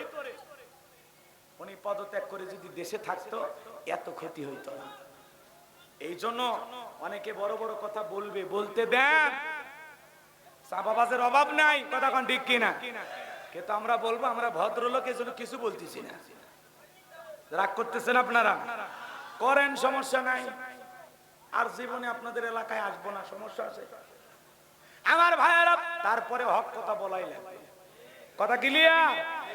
জি, আমরা ওনাদের কথা বিশ্বাস করতাম তো, কিন্তু ওনারা যে এই কথা বলে পালাবো না বলে পালিয়ে যাবে এটা আমরা ভাবিনি, কথা কোন ঠিক কিনা? কারণ কিছু না হোক, সেতুমন্ত্রী সাহেব যদি থাকতো এই কয়েকদিনের মধ্যে তাও 2-1টা বিনোদন পাওয়া যাইত। কিছু না পারুক, ওনারা মাঝে মাঝে জনগণের সাথে একটু তামাশা করতো, কথা কোন ঠিক কিনা? আল্লাহ যেন এই দুনিয়াতে ওদের বিচার না হলে আল্লাহর আদালতে একদিন ওদের বিচার হবে, কথা বলে ঠিক কিনা? হয়তোবা দুনিয়াতে কোনো না কোনো ভাবে পালিয়ে বাঁচতে পারবে, কিন্তু আল্লাহর আদালতে কিয়ামতের ময়দানে পালানের কোনো সুযোগ। সেই দিন বিচার হবে, তোমারও হবে, আমারও হবে, কথা কোন ঠিক কিনা? আমার ভাইয়েরা চলেন সামনের দিকে যাই বাজান গো আমার। আমি গুনাহগার যে কথা বলতে চাচ্ছিলাম, হৃদয়ের কান পেতে কথাগুলো শুনে যান। বিশ্বনবী তখন মুস্কি হাসলেন আর সাহাবায়ে কিরামদেরকে ডেকে বলেন, এই মাত্র আসমান থেকে জিবরাইল এসে আমার উপরে সূরা কাউসার নাজিল করলো। জোরে বলেন আল্লাহু আকবার। জবান ছেড়ে সবাই একটু তিলাওয়াত করুন। ইন্না আ'তাইনাকাল কাউসার ফাসাল্লি লিরাব্বিকা ওয়ানহার ইন্না শানিয়াকা হুয়াল আবতার। আল্লাহু আকবার। আল্লাহ রাব্বুল আলামিন বলতেছেন, ইন্না আ'তাইনাকাল কাউসার, অবশ্যই আমি আল্লাহ পাক আপনাকে হাউজে কাউসার দান করেছি। বলেন তো বাজান, বিশ্বনবীকে হাউজে কাউসার দান করেছেন তিনি কে?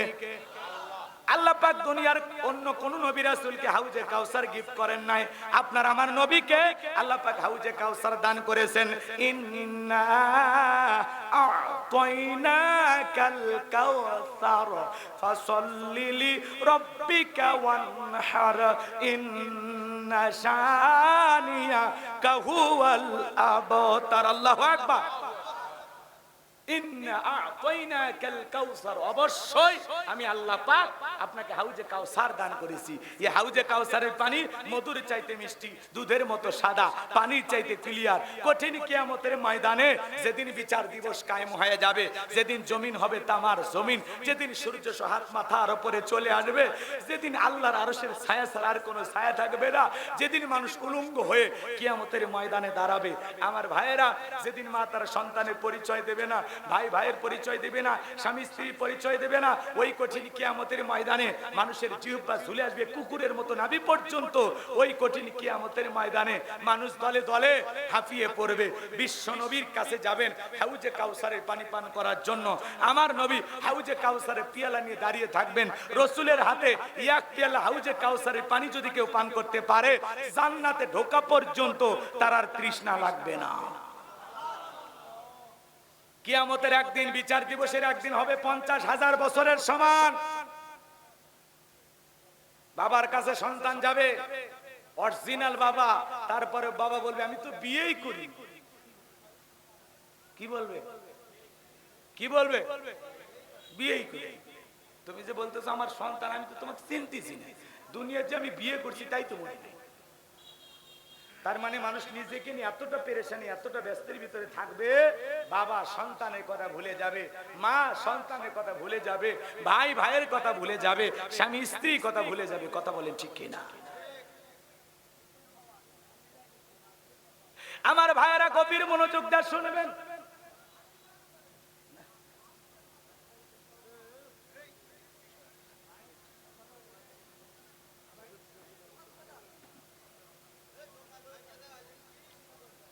গভীর মনোযোগ দিয়ে শুনবেন বাজান গো আমার।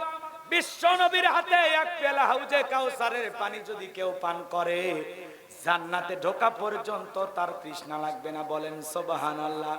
রসুলের হাতে কিয়ামতের ময়দানে এক পেয়ালা করে হাউজে কাউসারের পানি কারা কারা পান করতে চান? দুই হাত তুলে দেখা। আল্লাহ আমাদের সবাইকে রসুলের হাতে এক পেয়ালা করে হাউজে কাউসারের পানি পান করার সৌভাগ্য দান করুন। একটু জোরে বলেন আমিন। আর একটু জোরে বলেন আমিন। আল্লাহ সেই সৌভাগ্যবান ব্যক্তিদের তালিকা আমাদের নাম লিখে নেন। শোনেন শোনেন, একটু শোনেন। এই হাউজে কাউসারের পানি হযরত আবু বকর সিদ্দিক রাদিয়াল্লাহু তাআলা আনহু ভরায়া দিবেন। মাঝখানে দাঁড়িয়ে থাকবেন হযরত ওমর। আবু বকরের হাত থেকে নিয়ে হযরত ওমর বিশ্বনবীর হাতে দিবেন। আর নবীজি তার আদরের উম্মতদেরকে খুঁজে খুঁজে হাউজে কাউসারের পানি পান করাবেন। রাসূল পিয়ালা নিয়ে থাকবেন, রাসূলকে দেখবেন, আবার রাসূলের হাতে হাউজে কাউসারের পিয়ালার পানি পান করবেন। এই দৃশ্যের মুখোমুখি হওয়ার ইচ্ছা আছে না নাই? কিন্তু চাইলেন আর পানি পাইলেন এমনটা না। মানুষ দলে দলে রাসূলের কাছে যাবে। এক শ্রেণীর মানুষের চোখের সামনে আল্লাহ পর্দার আবরণ তৈরি করে দেবে। কিসের আবরণ? কথা কয় না কেন? বিশ্বনবী তখন ডেকে বলবেন, আল্লাহ আমি আমার অনেক উম্মতকে দেখতে পাইলাম, কিন্তু কেন জানি সংখ্যা কমে গেল, ব্যাপারটা বুঝতে পারলাম না। তখন আমার আল্লাহ ডেকে বলে, বন্ধু আপনি তো পাইকারি দরে সবাইকে আজকে হাউজে কাউসারের পানি পান করাতে পারবেন না। দুনিয়ার জমিনে দুইটা অপরাধ করেছিল যারা, হাউজে কাউসারের পানি পান করতে পারবে না তারা। কয়টা অপরাধ? আরো জোরে বলেন। এক নাম্বার হলো যারা জালেমের পক্ষে ছাপায় গায়, যারা জালেম বাদশা, জালেম রাজা, জালেম শাসক, তার পক্ষে ছাপায় গায়, তাকে সাপোর্ট দেয়, তার অবৈধ হারাম কাজ, অন্যায় কাজকে সাপোর্ট দেয়, সহযোগিতা করে। না ঠিক, সব ঠিক, এটাই ঠিক, ওটাই ঠিক। কথা কয় না কেন? যে জালেমকে সহযোগিতা করে, জালেমের সহযোগীও জালেম। কথা কয় না? জালেমের সহযোগীও ওই হাউজে কাউসারে পানি পাবি, বোঝে না, খালি ওয়াশরুম বেরোচ্ছে। খবরদার, নিজেকে পরিবর্তন করেন। দুনিয়া ক্ষণিকের, আমরা কোন জালেমের পক্ষে দালালি করব না। কথা বলেন। যারা অন্যায় করবে, অন্যায় আছে যেখানে প্রতিবাদ করতে হবে। আল্লাহ বলেন, কুনতুম খায়রা উম্মাতিন উখরিজাত লিন-নাস তা'মুরুনা বিল মা'রুফ ওয়া তানহাউনা আনিল মুনকার। আল্লাহ বলেন, তোমাদেরকে উত্তম জাতি বানাইলাম, ভিআইপি বানাইলাম, মর্যাদার আসনে বসাইলাম। তোমাদের দায়িত্ব দুইটা, সৎ কাজের আদেশ দাও, অসৎ কাজ থেকে মানুষকে বিরত রাখো। বিদায় অন্যায় যেখানে, প্রতিবাদ চলবে সেখানে। কথা বলেন। যত ঘুমাবেন, যত চুপ করবেন, তত জালেমেরা চেপে ধরবে। মাথা একটু ঝাঁকি দিয়ে দাঁড়ান, ওরা এমনি কই জায়গায় ছুটে পড়বে, ইন্দুরের মতো গর্ত খুঁজে পাবে না। কোরআনের পাকে আল্লামা হুজুর বলেছিল, 12 কোটিতে গাছের গোড়া নাড়া দেবে, মামু বাড়ি দিল্লি গিয়ে পড়বা। আজকে মিলে গেছে খাপে খাপ। কি বলেছিল? সময় এমন আসবে ইন্দুরের গর্ত পাইবা না পালানোর জন্য। আজকে গর্ত থেকে বের করা হচ্ছে দাড়ি সহ। কথা ক্লিয়ার? কেন? ক্ষমতাকে আমানত যদি মনে করতো, এটা আল্লাহর দেয়া নিয়ামত, আমরা মানুষের প্রতি অবিচার করব না, জুলুম করব না, মানুষের সাথে ভালো ব্যবহার করব, মানুষের কল্যাণে কাজ করব, এদেশের দুঃখী মানুষের পাশে দাঁড়াবো, আমরা ভালো ভালো কাজ করব। বিশ্বাস করেন, জনগণ বুক দিয়ে আগলায় রাখতো, তাহাজ্জুদ পড়ে নেতার জন্য দোয়া করত। 16 বছর আমরা কথা বলতে পারি নাই, বলেছি আকার ইঙ্গিতে, এখন ডাইরেক্ট অ্যাকশন।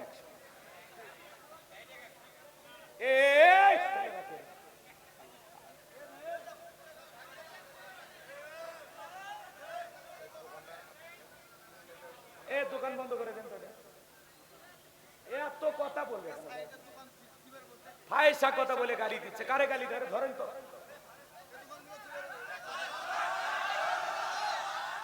না না, ও মুখ খারাপ করে কারে গালি দিবে? ওদের লোক নাকি? ভিসা লাগে ভারত চলে যাবে না, দেশে থাকলে ভালো করে থাকা লাগবে। কথা ঠিক কিনা? যা মুখে আসতেছে তাই বলছে, ভদ্রতা নাই। এতই ভাই পিছনে এত কথা বললে হয়?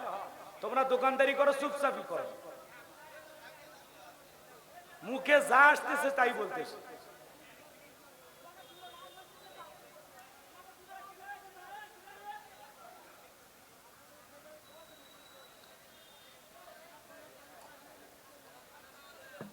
শোনেন, বিবেক দিয়ে কাজ করতে হবে। সাদাকে সাদা বলা লাগবে, কালাকে কালা বলা লাগবে। আমার বাপ অন্যায় করলে আমি বাপের বিরুদ্ধে প্রতিবাদ করব, এটা খাঁটি মানুষের কথা। কেউ অন্যায় করলে আর আমি ছাপাই গাইবো এমন বক্তা আমরা না। কথা বলে ঠিক কিনা? হক কথা বলা লাগবে। কথা বলে ঠিক কিনা? যত দোষ নন্দ ঘোষ, সত্যটা বললে দোষ, করলে অন্যায়ের প্রতিবাদ, নামটা হবে তোমার মৌলবাদ, নামটা হবে তোমার জঙ্গিবাদ। এই নিঃশ্বাস থাকবে যতদিন, কণ্ঠ থাকবে যতদিন, হক কথা চলবে ততদিন। ওই বিচারপতি মানিক সাহেব এই দেশে 116 জন আলেমের তালিকা করেছিল, তার মধ্যে আমার মতো গাইবান্দার ভাঙ্গা সাঙ্গা বক্তা 23 নাম্বার। এখানে গোবিন্দাগঞ্জ আসছি দেখে কিছু ভাবিয়েন না, এমনও মাহফিল আছে কয়েক লাখ মানুষ আল্লাহ রহমতে আমার আলোচনা শোনে। বাড়ির ধারে আসছি দেখে উল্টা পাল্টা বলবেন, খবর আছে। তুমিও যে এলাকার মানুষ, সে এলাকা ভালো ব্যবহার করবা, ভালো পাইবা। কথা ঠিক কিনা? অন্তত চুপ থাকো বাবা, শুনিয়া যাও। খারাপ লাগলেও মনে মনে বরদোয়া করিস, কিন্তু প্রকাশ করিস না, কারণ অবস্থা এখন তোদের প্রকাশ করার মতো নাই। এখন আমরা প্রকাশ করি, বুঝে না? ওই যে আমাদের রাষ্ট্রপতি সাহেব বলছে পদত্যাগ পত্র আমার কাছে নাই, তো নাই, চুপ থাকো। বলতে গেছো কেন? এখন ওনার বাড়ি ঘেরাও করে আন্দোলন চলতেছে বঙ্গভবন। কথা কয় না কেন?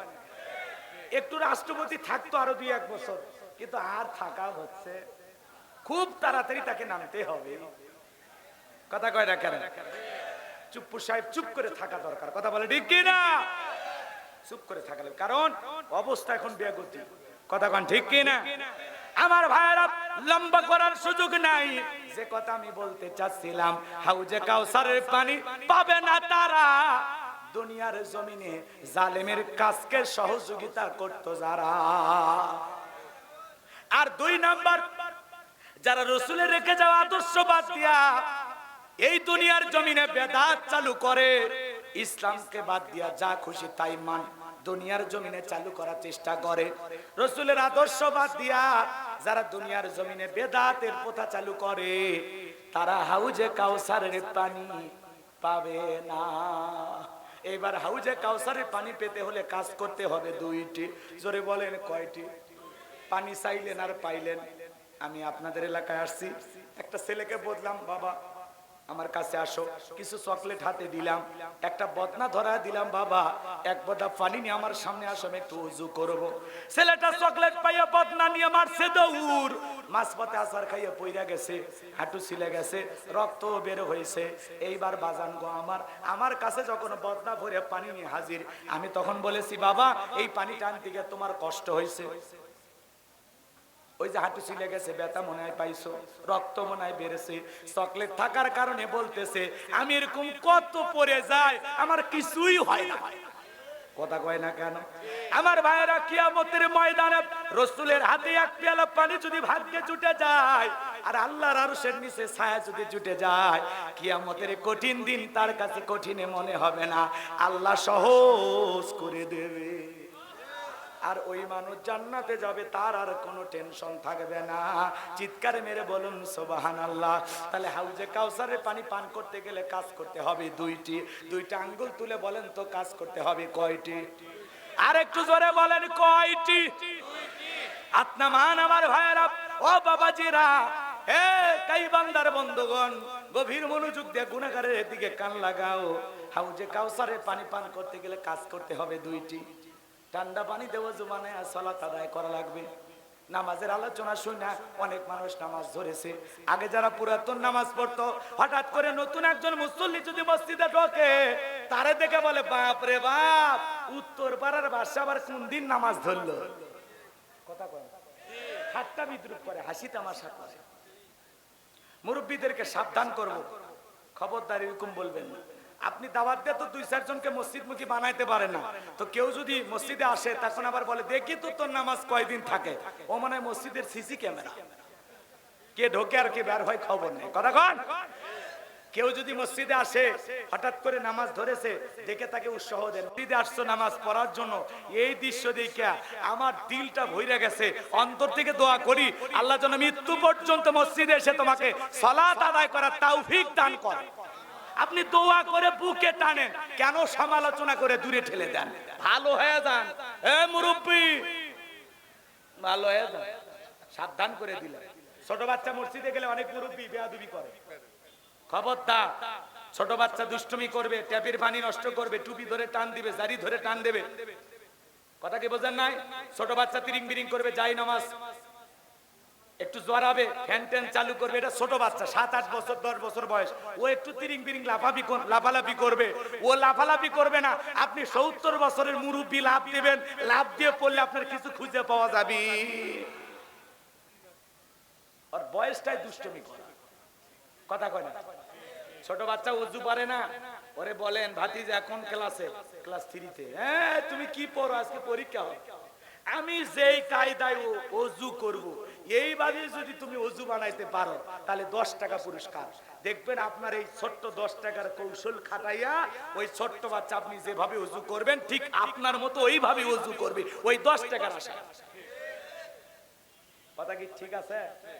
আপনি একটু কৌশল করে ওযু শিখাইলেন, নামাজের রুকু সিজদা বোঝে না, আপনি একটু কাছে বসাইয়া শিখাইলেন, আপনি মারা গেলে আপনার সন্তান যেমন কাঁদবে, আপনার ওই নামাজ শিখানো ভাতিজা খেতে বলবে এই চাচা আমাকে ওযু শিখাইছিল, আমাকে নামাজের রুকু সিজদা শিখাইছিল, আপনার জন্য চাই নামাজের বিছানায় দোয়া করবে। কথা বলে ঠিক কিনা? ভালো হয়ে যান, কথা ক্লিয়ার? একটু যুবক বয়সে দাঁড়িয়ে রাখছে, মুরব্বীরা টিটকারি মারে, কে রে এই বয়সে গোমা বুড়ে হয়ে গেল, টিটকারি মারে। যুবক বয়সে একটু দাঁড়িয়ে রাখছে, বউ নিয়ে ঘুরতে গেছে, তখন মানুষ দেখে বলে ভাবি আসসালামু আলাইকুম, সাথে চাচার খবর কি? বউ তখন বাড়িতে এসে বলে তোমার সাথে বাইরে যাব না। কেন? ভাই আমাকে ডাকে ভাবি আর তোমাকে ডাকে চাচা। যেই বউ রসুলের সুন্নাত দাড়ি পছন্দ করে না, এমন বউ আপনাকে প্রকৃত ভালোবাসা দিতে পারবে না। কথা কয় না? মুখে দাঁড়িয়ে আছে, এটা পুরুষের সৌন্দর্য। হ্যাঁ, যেই পুরুষের মুখে দাঁড়িয়ে আছে ওই পুরুষ জানে আর ভিতর কি আছে। কথা কয় না, রাগ করছে? দাঁড়িয়ে আছে দেখে অবহেলা করবেন না। আমি আমার বউ কেন মার্কেটে গেছি, দোকানদার বলতেছে হুজুর আপনার মেয়ে কি চয়েস করে একটু বলেন। আমি বলছি এ মেয়ে না রে, ওটা জিনিস।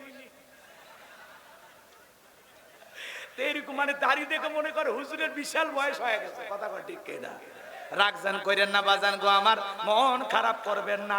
মা বোনের যারা বসে আছেন না একটু অপেক্ষা করো। হে যুবক যারা বসে আছে একটু অপেক্ষা করো। তাহলে হাউজে কাউসারের পানি পান করতে গেলে কাজ করতে হবে কয়টি? 2 নাম্বার আয়াতে বলেন আল্লাহ তাআলা বলেছেন, সবাই একটু জবান ছেড়ে আমার সাথে বলুন, ফাসাল্লিলি রাব্বিকা ওয়ানহার, ফাসাল্লিলি রাব্বিকা ওয়ানহার। 1 নাম্বার হলো ফাসাল্লিলি রাব্বিকা, রবের উদ্দেশ্যে সালাত আদায় করা। নামাজ হবে একমাত্র কার জন্য? আর একটু জোরে বলেন কার জন্য? কথা কি গোলাম রব্বানির বাপের? কথা কার? ফাসাল্লিলি রাব্বিকা, রবের উদ্দেশ্যে সালাত আদায় করা লাগবে। সালাত হবে একমাত্র আল্লাহ তাআলাকে রাজি খুশি করার জন্য। জোরে বলেন কার জন্য? কুলিন্না সালাতি ওয়া নুসুকি ওয়া মাহইয়ায়া ওয়া মামাতি লিল্লাহি রাব্বিল আলামিন। আল্লাহ রাব্বুল আলামিন বলেন, নবীজি আপনি বলুন, আমার নামাজ, আমার কুরবানি, আমার জীবন, আমার মরণ লিল্লাহি রাব্বিল আলামিন, আসমান জমিনের প্রতিপালকের জন্য। তাহলে মুমিন জীবনের সব ইবাদত হবে আল্লাহর নৈকট্য লাভের আশায়। আমার জীবন, আমার মরণ, আমার বন্দেগী কবুল করো ইয়া ইলাহি, আমার বন্দেগী, আমার জীবন, আমার মরণ, আমার বন্দেগী কবুল করো ইয়া ইলাহি, আমার জিন্দেগী, আমার জীবন, আমার মরণ, আমার বন্দেগী। মারহাবা বলে। তাহলে ফাসাল্লিলি রাব্বিকা, রবের উদ্দেশ্যে সালাত। সালাত হবে কার জন্য? আরো জোরে বলেন কার জন্য? قد أفلح المؤمنون الذين هم في صلاتهم خاشعون। আল্লাহ বলেন অবশ্যই মুমিনেরা সফল যারা নিজেদের সালাত বিনয়ের সহিত, নম্রতার সহিত আল্লাহর ভয় নিয়ে আদায় করে। সালাত আদায় করব কার ভয় নিয়া? আল্লাহ তাআলা বলেন, ফালইয়াবুদু রাব্ব হাযাল বাইত আল্লাযী আত'আমাহুম মিন জু' ওয়া আমানাহুম মিন খাউফ। আল্লাহ তাআলা বলেন এই ঘরের মালিকের ইবাদত করো। কোন ঘর? আরো জোরে বলেন। আল্লাহ বলতেছে এই খানায় কাবা, আর এই যে আপনাদের এলাকায় যেটা মসজিদ আছে এটা খানায় কাবার শাখা, এটা আল্লাহর ঘর। কথা কয় না? আল্লাহ বলতেছেন ফালিয়াবুদু রাব্ব হাযাল বাইত, এই ঘরের মালিকের ইবাদত করো। ইবাদত কি ঘরের না ঘরের মালিকের? সেই কথা আল্লাহ বলতেছেন এই ঘরের মালিকের ইবাদত করো। ইবাদত যদি ইবাদতের মতো হয়, বান্দা নামাজ যদি নামাজের মতো আদায় করতে পারো, তোমার 5 ওয়াক্ত সালাত যদি সঠিকভাবে হয় রে বান্দা, যে বান্দা নামাজের মতো নামাজ আদায় করবে আমি আল্লাহ তাকে 2টা জিনিস পুরস্কার দেব।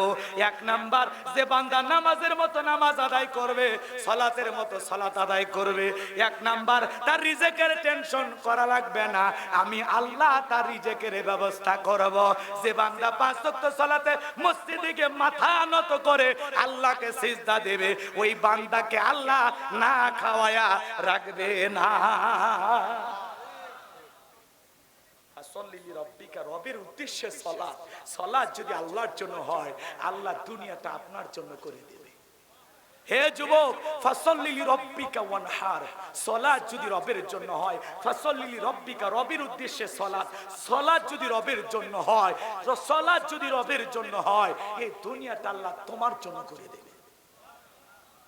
আল্লাহ বলতেছেন ওয়ামা মিন দাব্বাতিন ফিল আরদি ইল্লা আলাল্লাহি রিজকুহা, পৃথিবীতে এমন কোন বিচরণশীল প্রাণী নাই যার রিজিকের ব্যবস্থা আমি আল্লাহ আসমান থেকে করি না। ওই আটলান্টিক মহাসমুদ্রের 33,000 ফিট গভীর অতল পানি নিচে থাকা ছোট্ট একটা প্রাণী, তার রিজিকের ব্যবস্থাও আমি আল্লাহ আসমান থেকে করি। একটু জোরে বলেন আল্লাহু আকবার। তাহলে নামাজ নামাজের মতো আদায় করলে আল্লাহ 1 নাম্বার রিজিকের ব্যবস্থা করবেন। আল্লাহ 2 নাম্বার জানায়া দিলেন, গোলাম নামাজ যদি নামাজের মতো হয়, তোমরা যদি সবাই মাথা নত করতে পারো, আমি আল্লাহর কুদরতি কদমে তোমাদের জান মালের নিরাপত্তার গ্যারান্টি আমি আল্লাহ দেব। সুবহানাল্লাহ। তোমাদের নিরাপত্তা আমি আল্লাহ দেব, তোমাদের কোনো ভয় থাকবে না। সকল ভয় থেকে আমি আল্লাহ নিরাপত্তা দেব। আজকে ভয় আছে না নাই? মেয়েটা স্কুলে গেল, ভালোভাবে ফিরবে নাকি কারো লালসার শিকার হবে, ভয় আছে না নাই? মেয়েটা কলেজে গেল, একা একা ফিরবে নাকি জামাই সাথী নিয়ে ফিরবে, ভয় আছে না নাই? আজকে আপনি বিকাশের দোকানদার 2 লাখ টাকা নিয়ে গোবিন্দগঞ্জ থেকে আপনাদের এই কুন্দু খালাসপুর নাকি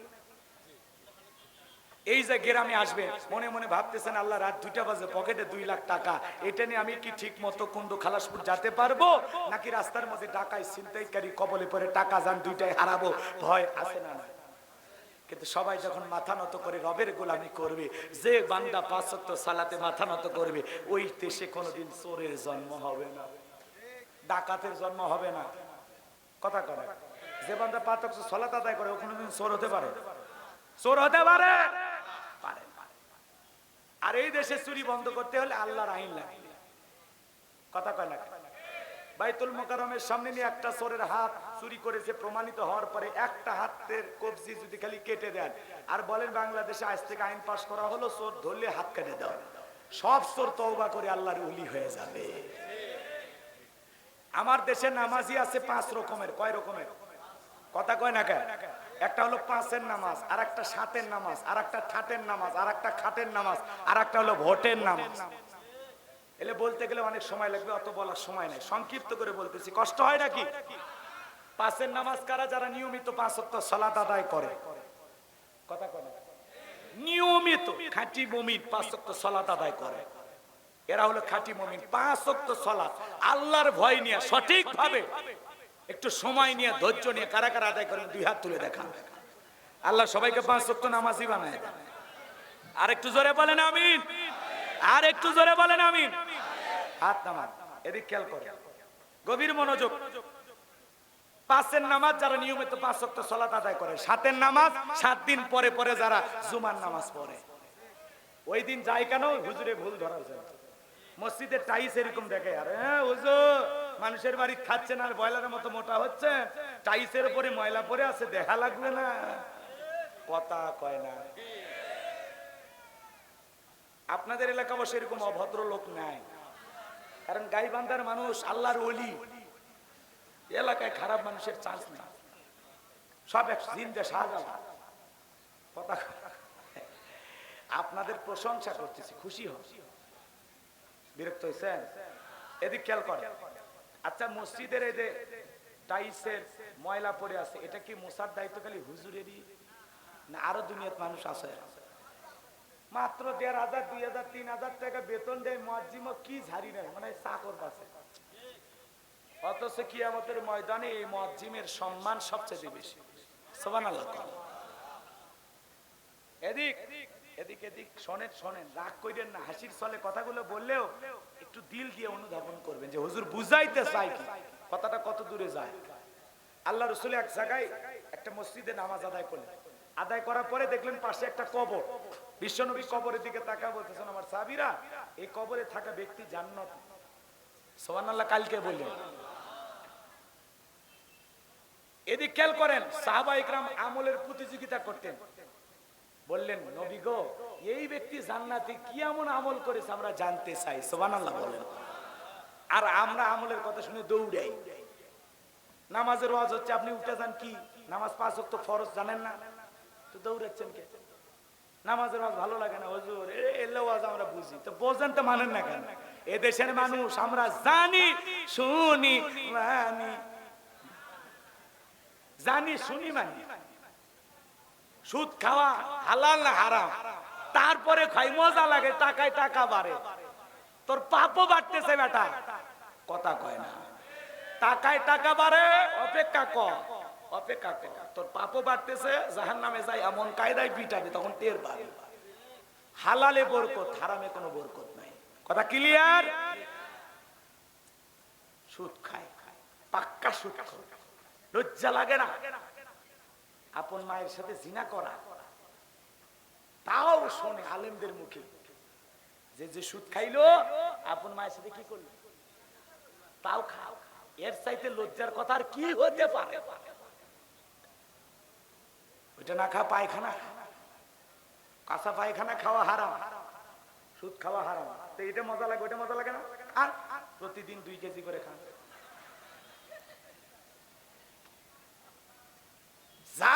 ভিতরে বিন্দু পরিমাণে আল্লাহর ভয় আছে সে কোনোদিন সুদ খাইতে পারে না। আপনি সুদ ঘুষ খাইয়া হারাম খাইয়া হাত তুলে বলেন রব্বানা আতিনা ফিদ দুনিয়া, আল্লাহ বলে তোর হাত থেকে সুদের গন্ধ আছে, তোর মতো সুদ করে দোয়া আমি আল্লাহ কবুল করব না। সুদ খায় তসবিহ চলতেছে, সুবহানাল্লাহ সুবহানাল্লাহ সুবহানাল্লাহ।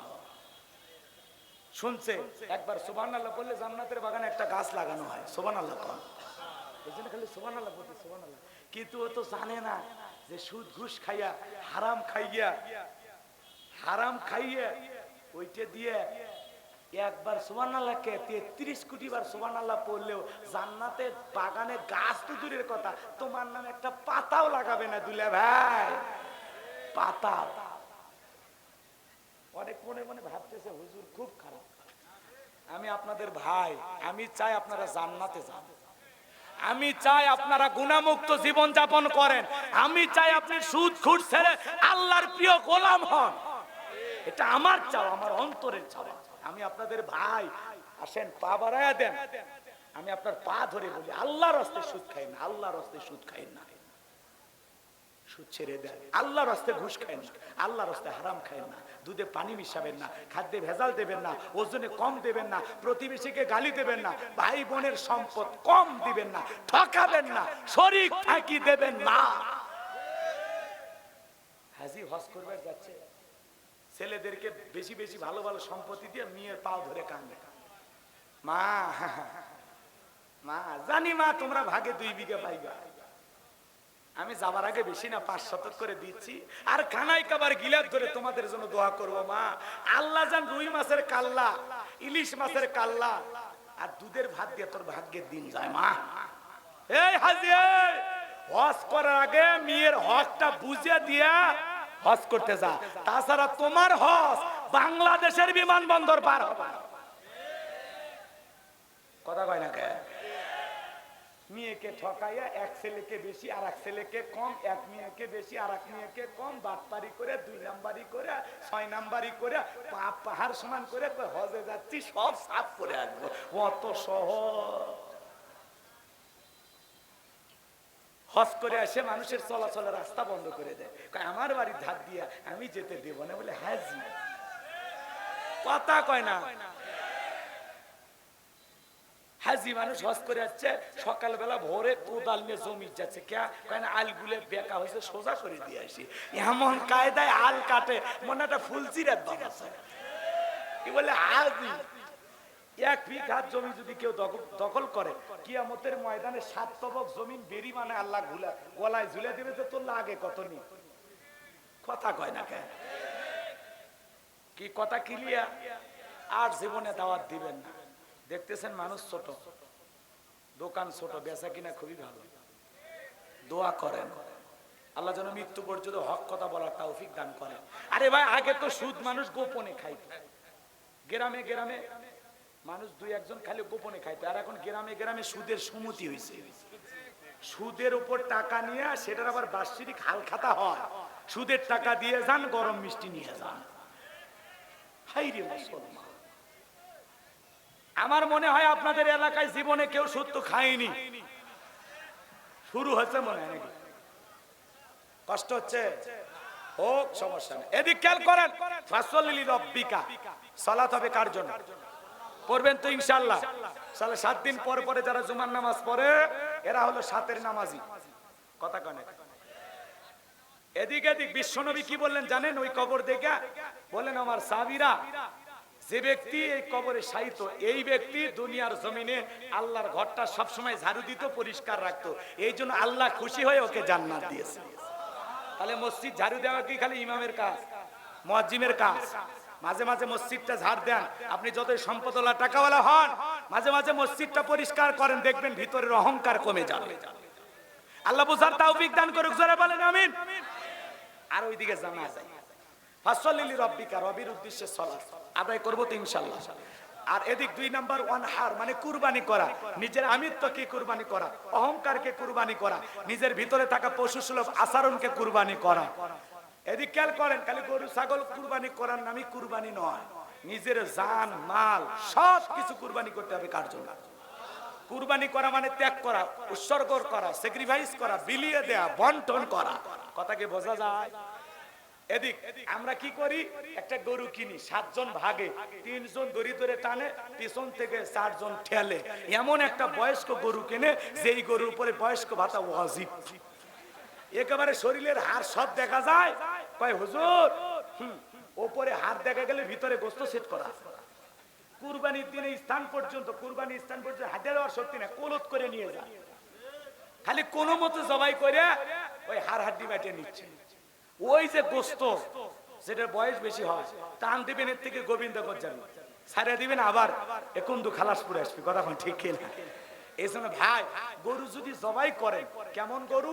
তা সুরুন নাযিরিন, চমৎকার একটা গাবি, আকর্ষণীয়, হুষ্ট-পুষ্ট, মোটা, তাজা, সুন্দর দেখা।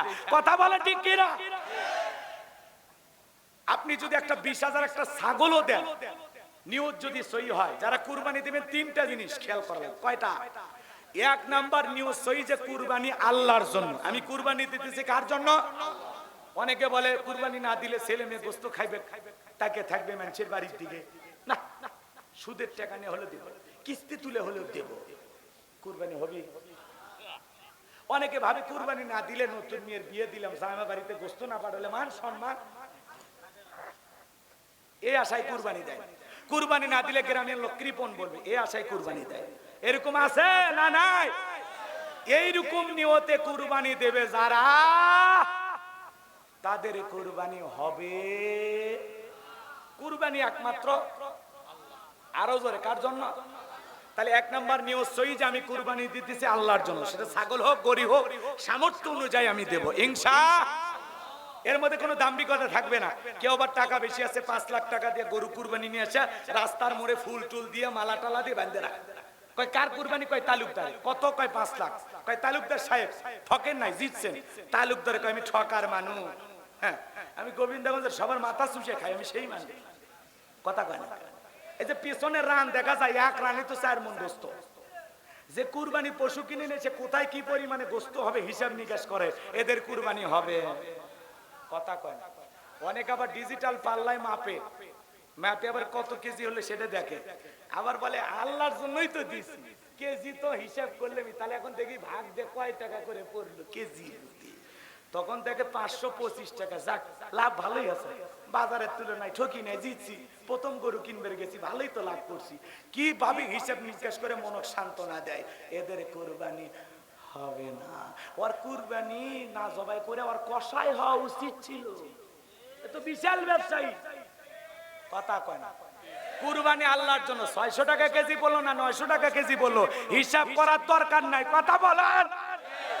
মাপার জন্য, একটু ইনসাফ করার জন্য একটু পাল্লায় তোলা হয়, তাই বলে কেজি কত হলো ক্যালকুলেটর দিয়ে হিসাব করবেন, ফাজলামি করে। আপনাদের এই রোগ নাই মনে হয় না? গোবিন্দগঞ্জে নাও থাকতে পারে, কারণ এলাকার মানুষের প্রতি আমার অনেক বিশ্বাস। কষ্ট পাইছেন নাকি বাজান? তাহলে কুরবানি হবে কার জন্য? 1 নাম্বার নিয়ত সহিহ। 2 নাম্বার, আপনি যে কুরবানি দেবেন, যেই টাকা দিয়ে পশুটা কিনবেন, টাকা হওয়া লাগবে হালাল, ইনকামটা হওয়া লাগবে বৈধ।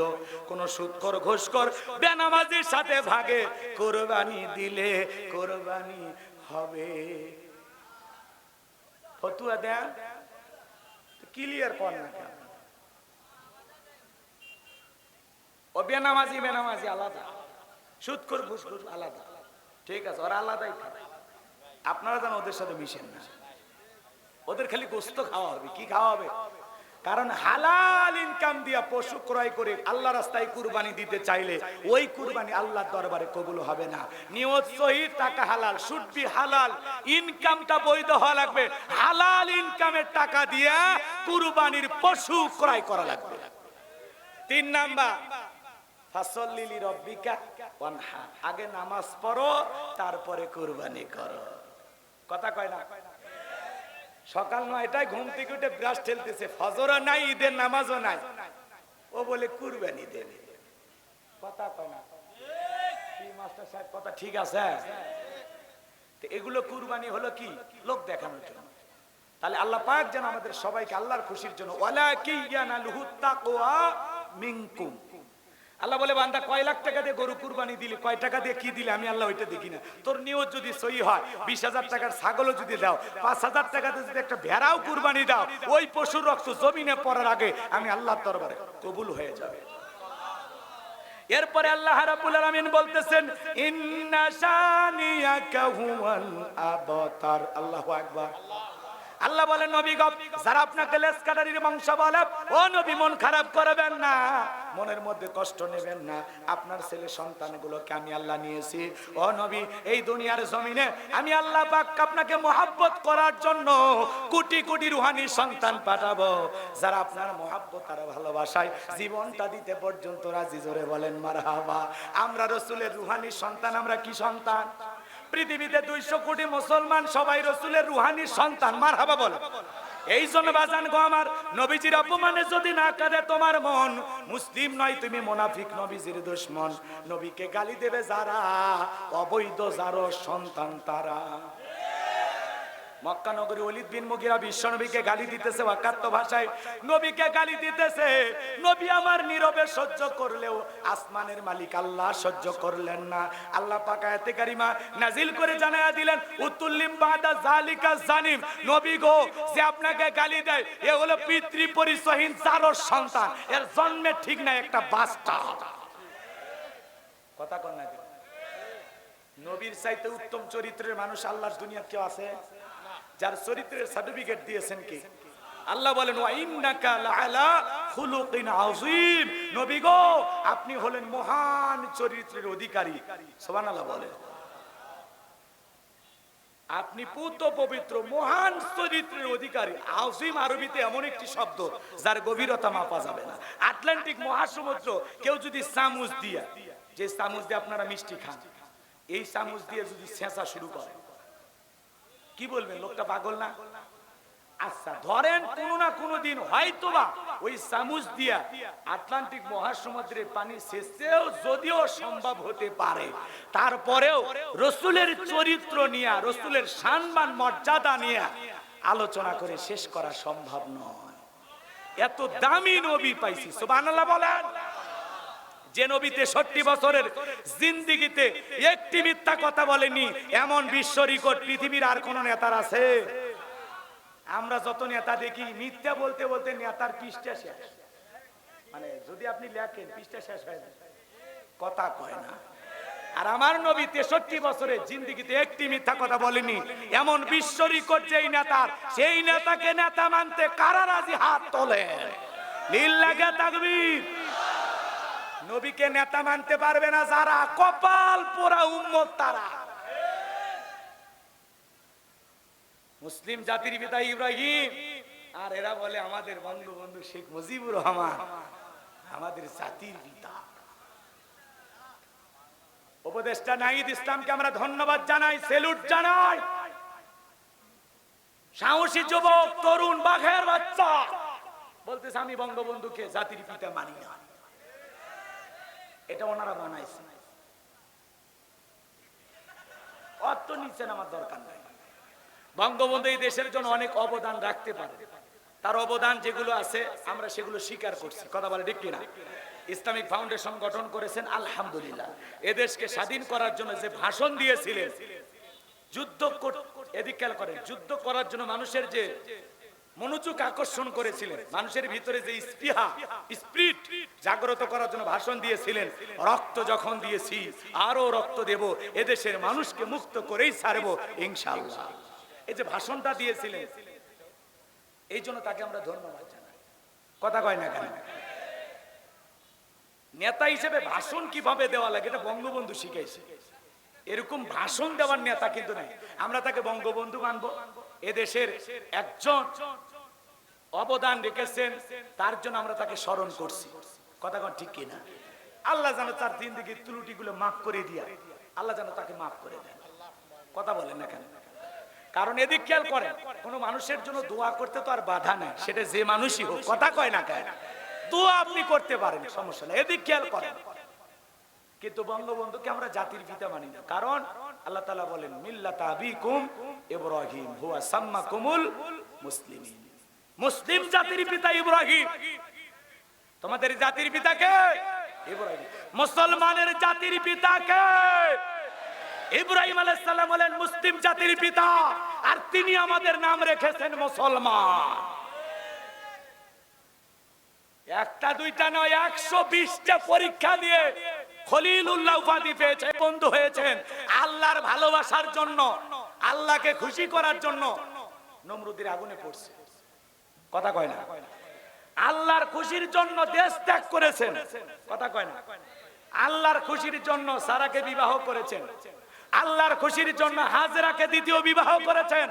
আল্লাহর খুশির জন্য সন্তান ইসমাইল মা হাজেরা সহ যেখানে খানায় কাবা নির্জন মরুভূমি, এখানে বনবাসে রেখে চলে গেছে। মুসলিম জাতির পিতা বললেন আর জাতির পিতা হওয়া যায় না। মুসলমানের জাতির পিতার নাম ইব্রাহিম আলাইহিস সালাম। মনে থাকবে তো ইনশাআল্লাহ? নবী আমাদের জাতির পিতা, আমরা নবীদের ওয়ারিস। কথা বলে ঠিক কি না? আল উলামা ওয়ারাসাতুল আম্বিয়া, উলামা ইকরাম হলেন সকল নবীদের ওয়ারিস। আল্লাহু আকবার বলেন। এখনই দোয়া। এই যে শোনেন, কয়েক মিনিট জবাব দেন, কষ্ট হচ্ছে আপনাদের, বিরক্ত হয়েছে? তাহলে মুসলিম জাতির পিতাকে বঙ্গবন্ধু এদের স্বাধীন করার জন্য ভূমিকা রেখেছেন, ইসলামিক ফাউন্ডেশন গঠন করেছেন, আমরা তার জন্য দোয়া করব। ভালো যে কাজ করেছেন এর বিনিময়ে যেন আল্লাহ উত্তম যাজা দেয়। কথা কি ক্লিয়ার? আমাদের ঈশ্বর চাচা মারা গেছে, ক্ষমতায় ছিল, বিদ্যুৎ বিল মওকুফ করে দিয়েছিল, মসজিদ মাদ্রাসা রবিবারের ছুটি শুক্রবার করছে। কথা কন? কথা কয় না ভাই? ভালো যা করছে তার জন্য দোয়া, খারাপ যা করছে এর জন্য কি হবে? আল্লাহ বিচার করবে। কথা ক্লিয়ার? সামনের দিকে যায়। শোনেন শোনেন, কি বলছিলাম ভুলে গেলেন? কি না, এদিক খেয়াল করেন। বিশ্ব নবীকে গালি দেবে যারা, নিঃসন্দেহে যারও সন্তান তারা। কথা ক্লিয়ার? আমার ভাইয়েরা, নবীর চরিত্রের সার্টিফিকেট দিয়েছেন কে? বিশ্ব নবীকে আল্লাহ তাআলা বলেছেন ওয়া মা আরসালনাকা ইল্লা রাহমাতাল লিল আলামিন। সমগ্র জাতির জন্য বিশ্ব নবীকে আল্লাহ পাক রহমত স্বরূপ এই দুনিয়ার জমিনে প্রেরণ করেছেন। সেই নবীকে ওলীদ বিন মুগীরা গালি দেয়। আমার আল্লাহ আসমান থেকে আয়াত নাজিল করে বলেন উতুল্লিম বাদা যালিকা জানিম।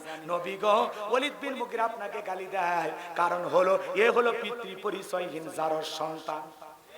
ওলীদ বিন মুগীরা আরবের মানুষ। নবীকে ডেকে বলে এত বড় কথা, আপনি থাকেন আমি বাড়িতে যাই। ছেলেটা বৈধ না বৈধ জানে কে ফ্যাক্টরির মালিক।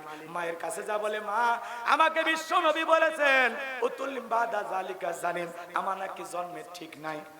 ওলীদ বিন মুগীরার মায়ের নাম ছিল ঝর্ণা, বয়স হয়ে গেছে। ডেকে বলে বাবা আমার এক পা কবরে চলে গেছে, মিথ্যা বইলা লাভ নাই। আর মনে মনে ভাবতেছি এত গোপন খবর নবী জানলো কেমনে? নবী তো জানতেন না, নবীকে জানিয়ে দিয়েছেন তিনি কে? ওলীদ বিন মুগীরার মা বলতেছে বাবা তোর বাবা ব্যবসা বাণিজ্যের কাছে এতটাই ব্যস্ত, তোর বাবা ব্যবসা চেনে, টাকা চেনে, কিন্তু তোর মায়ের মন চেনে না। কথা কয় না? বোঝেন না? কিছু ছেলে পেলে টাকার পিছনে এত ছোটে, বউ বাচ্চা টাইমই দেয় না। কথা কয়? দেখবেন ছেলে পেলে যখন কিছু ছেলে বউ রেখে বিদেশে যায়, অনেকে আবার ওইদিকে যায় দুষ্ট দেবর যারা স্লোগান দেয়, ভাবি ভাইয়া তোমার বর, আমি যে দেবর, ভেবে দেখো ভাবি কার কত দাবি, ভাই গেছে মালয়েশিয়া, আমি তো দেশে আসি। কথা কয় না? মা বোন যারা আলোচনা শুনতেছেন, মা দুইটা পুরুষ হইতে সাবধান, একটা দেবর আর একটা দুলে ভাই। এরা হলো মৃত্যু তুল্য বিষাক্ত সাপের চাইতেও ভয়ঙ্কর।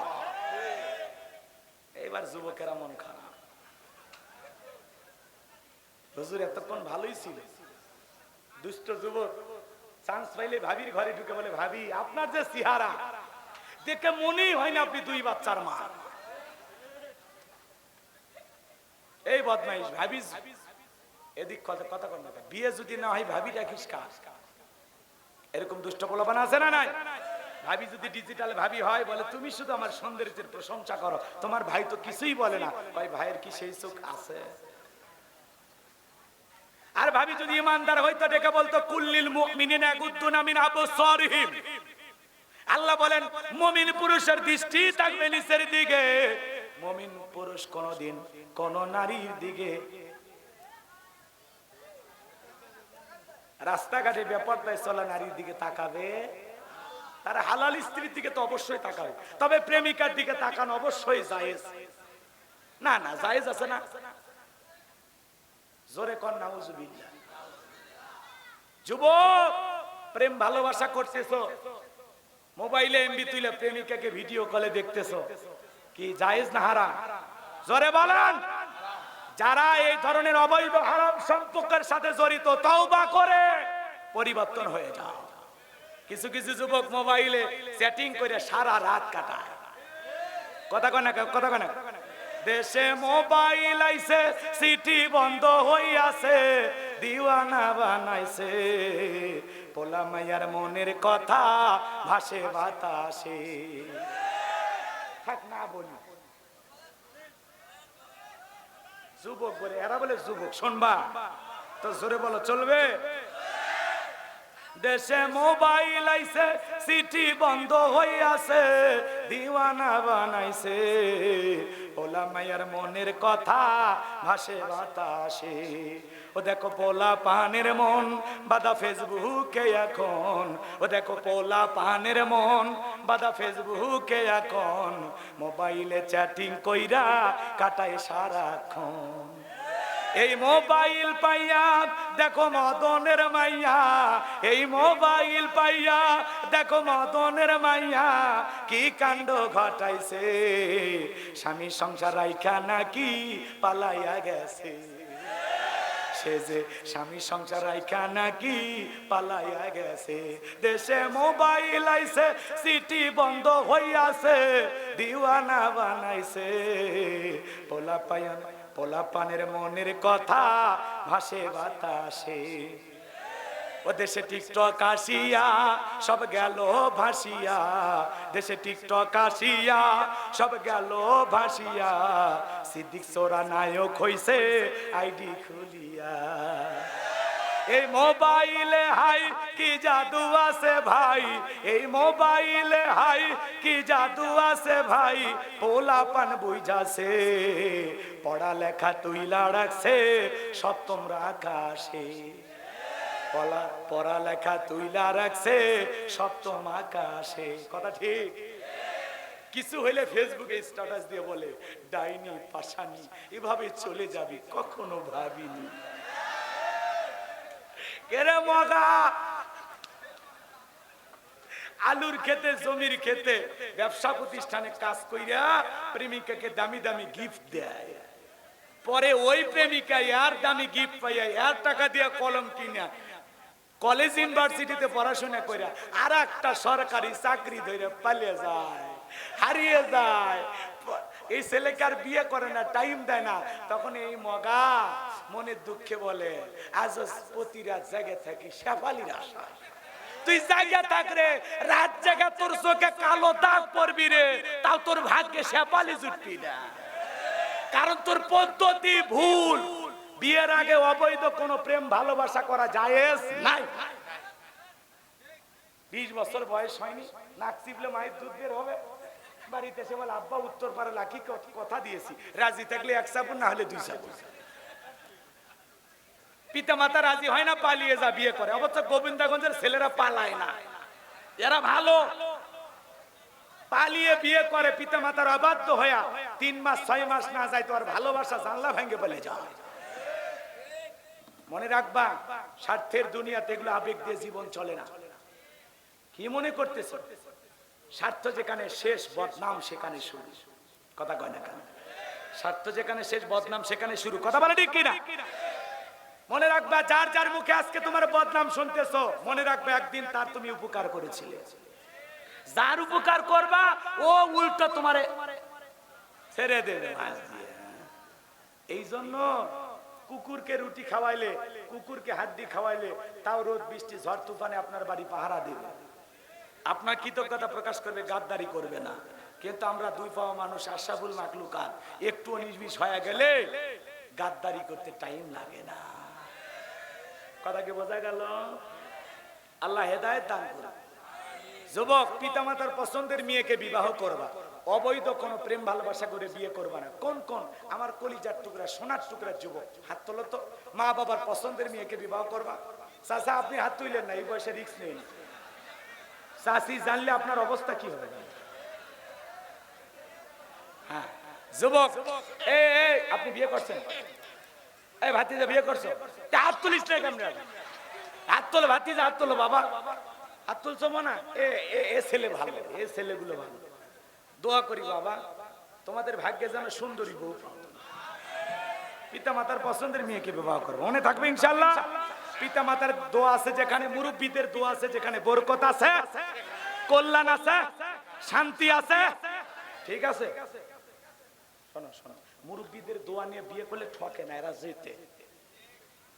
আমার ভাই ভুলে গেছেন কি বলছিলাম? ওয়ালিদ বিন মুগিরার মা তখন বলতেছে, বাবা রে তোর বাবা ব্যবসা চেনে, টাকা চেনে, তোর মায়ের মন বোঝে না। রাত্রি গভীর হচ্ছে, আমি আর মা বোনদেরকে নিয়ে আলোচনা বাড়াইলাম না। মা বোন যারা বসে আছেন, মা ওই গাইবান্ধার মা বোনেরা শুনে যান, মা আমি আপনার সন্তানের মতো 4টা আমলে 8টা জান্নাতের দরজা আপনাদের জন্য খোলা। 1 নাম্বার নামাজ, 2 নাম্বার রোজা, 3 নাম্বার স্বামীর খেদমত, 4 নাম্বার হলো পর্দা করা। মা বোনেরা নামাজ পড়ে না, আসরের নামাজ পড়ে মাগরিবের সময়, মাগরিবের সময় হাঁসের বাচ্চা খুঁজবার যায়, মাগরিবের নামাজ নাই। এশার সময় স্টার জলসা জি বাংলা ধ্বংস করছে সোনার বাংলা। আপনাদের এলাকায় অবশ্য সিরিয়াল নাই, আমি গ্যারান্টি দিয়ে বলতে পারি এলাকার মহিলারা ভালো। ওই আজে বাজে আঁকি পাখি কটকটি ওইগুলো দেখে ওদের মাথা বিগড়ে যায়। স্বামীর সাথে ক্রিমিনালি চাল চালে, কিভাবে স্বামীকে শ্বশুর শাশুড়ির কাছ থেকে আলাদা করা যায়, কিভাবে ঘুমের ট্যাবলেট খেলায় শাশুড়িকে মারা যায়, কিভাবে পরকীয়া প্রেম কইরা স্বামীকে কম্বল চাপা দিয়া মারা যায়। টেলিভিশন বাড়িতে রাখছেন, স্টার জলসা, জি বাংলা, চ্যানেল 8 8 সিআইডি মিআইডি এগুলো দেখে ওরা ক্রিমিনালি শেখে, ক্রিমিনালি। একটা বউ হয় ষড়যন্ত্র করার পাক্কা টাইম। না না, আপনাদের বইয়ের কথা কইনি, ভারতের মহিলাদের কথা বলছি।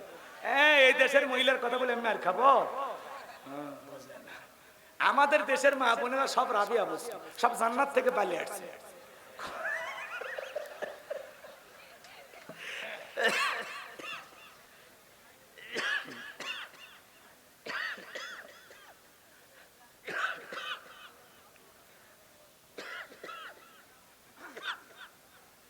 আল্লাহ মা বোনদেরকে হেদায়েতের পথে কবুল করুন।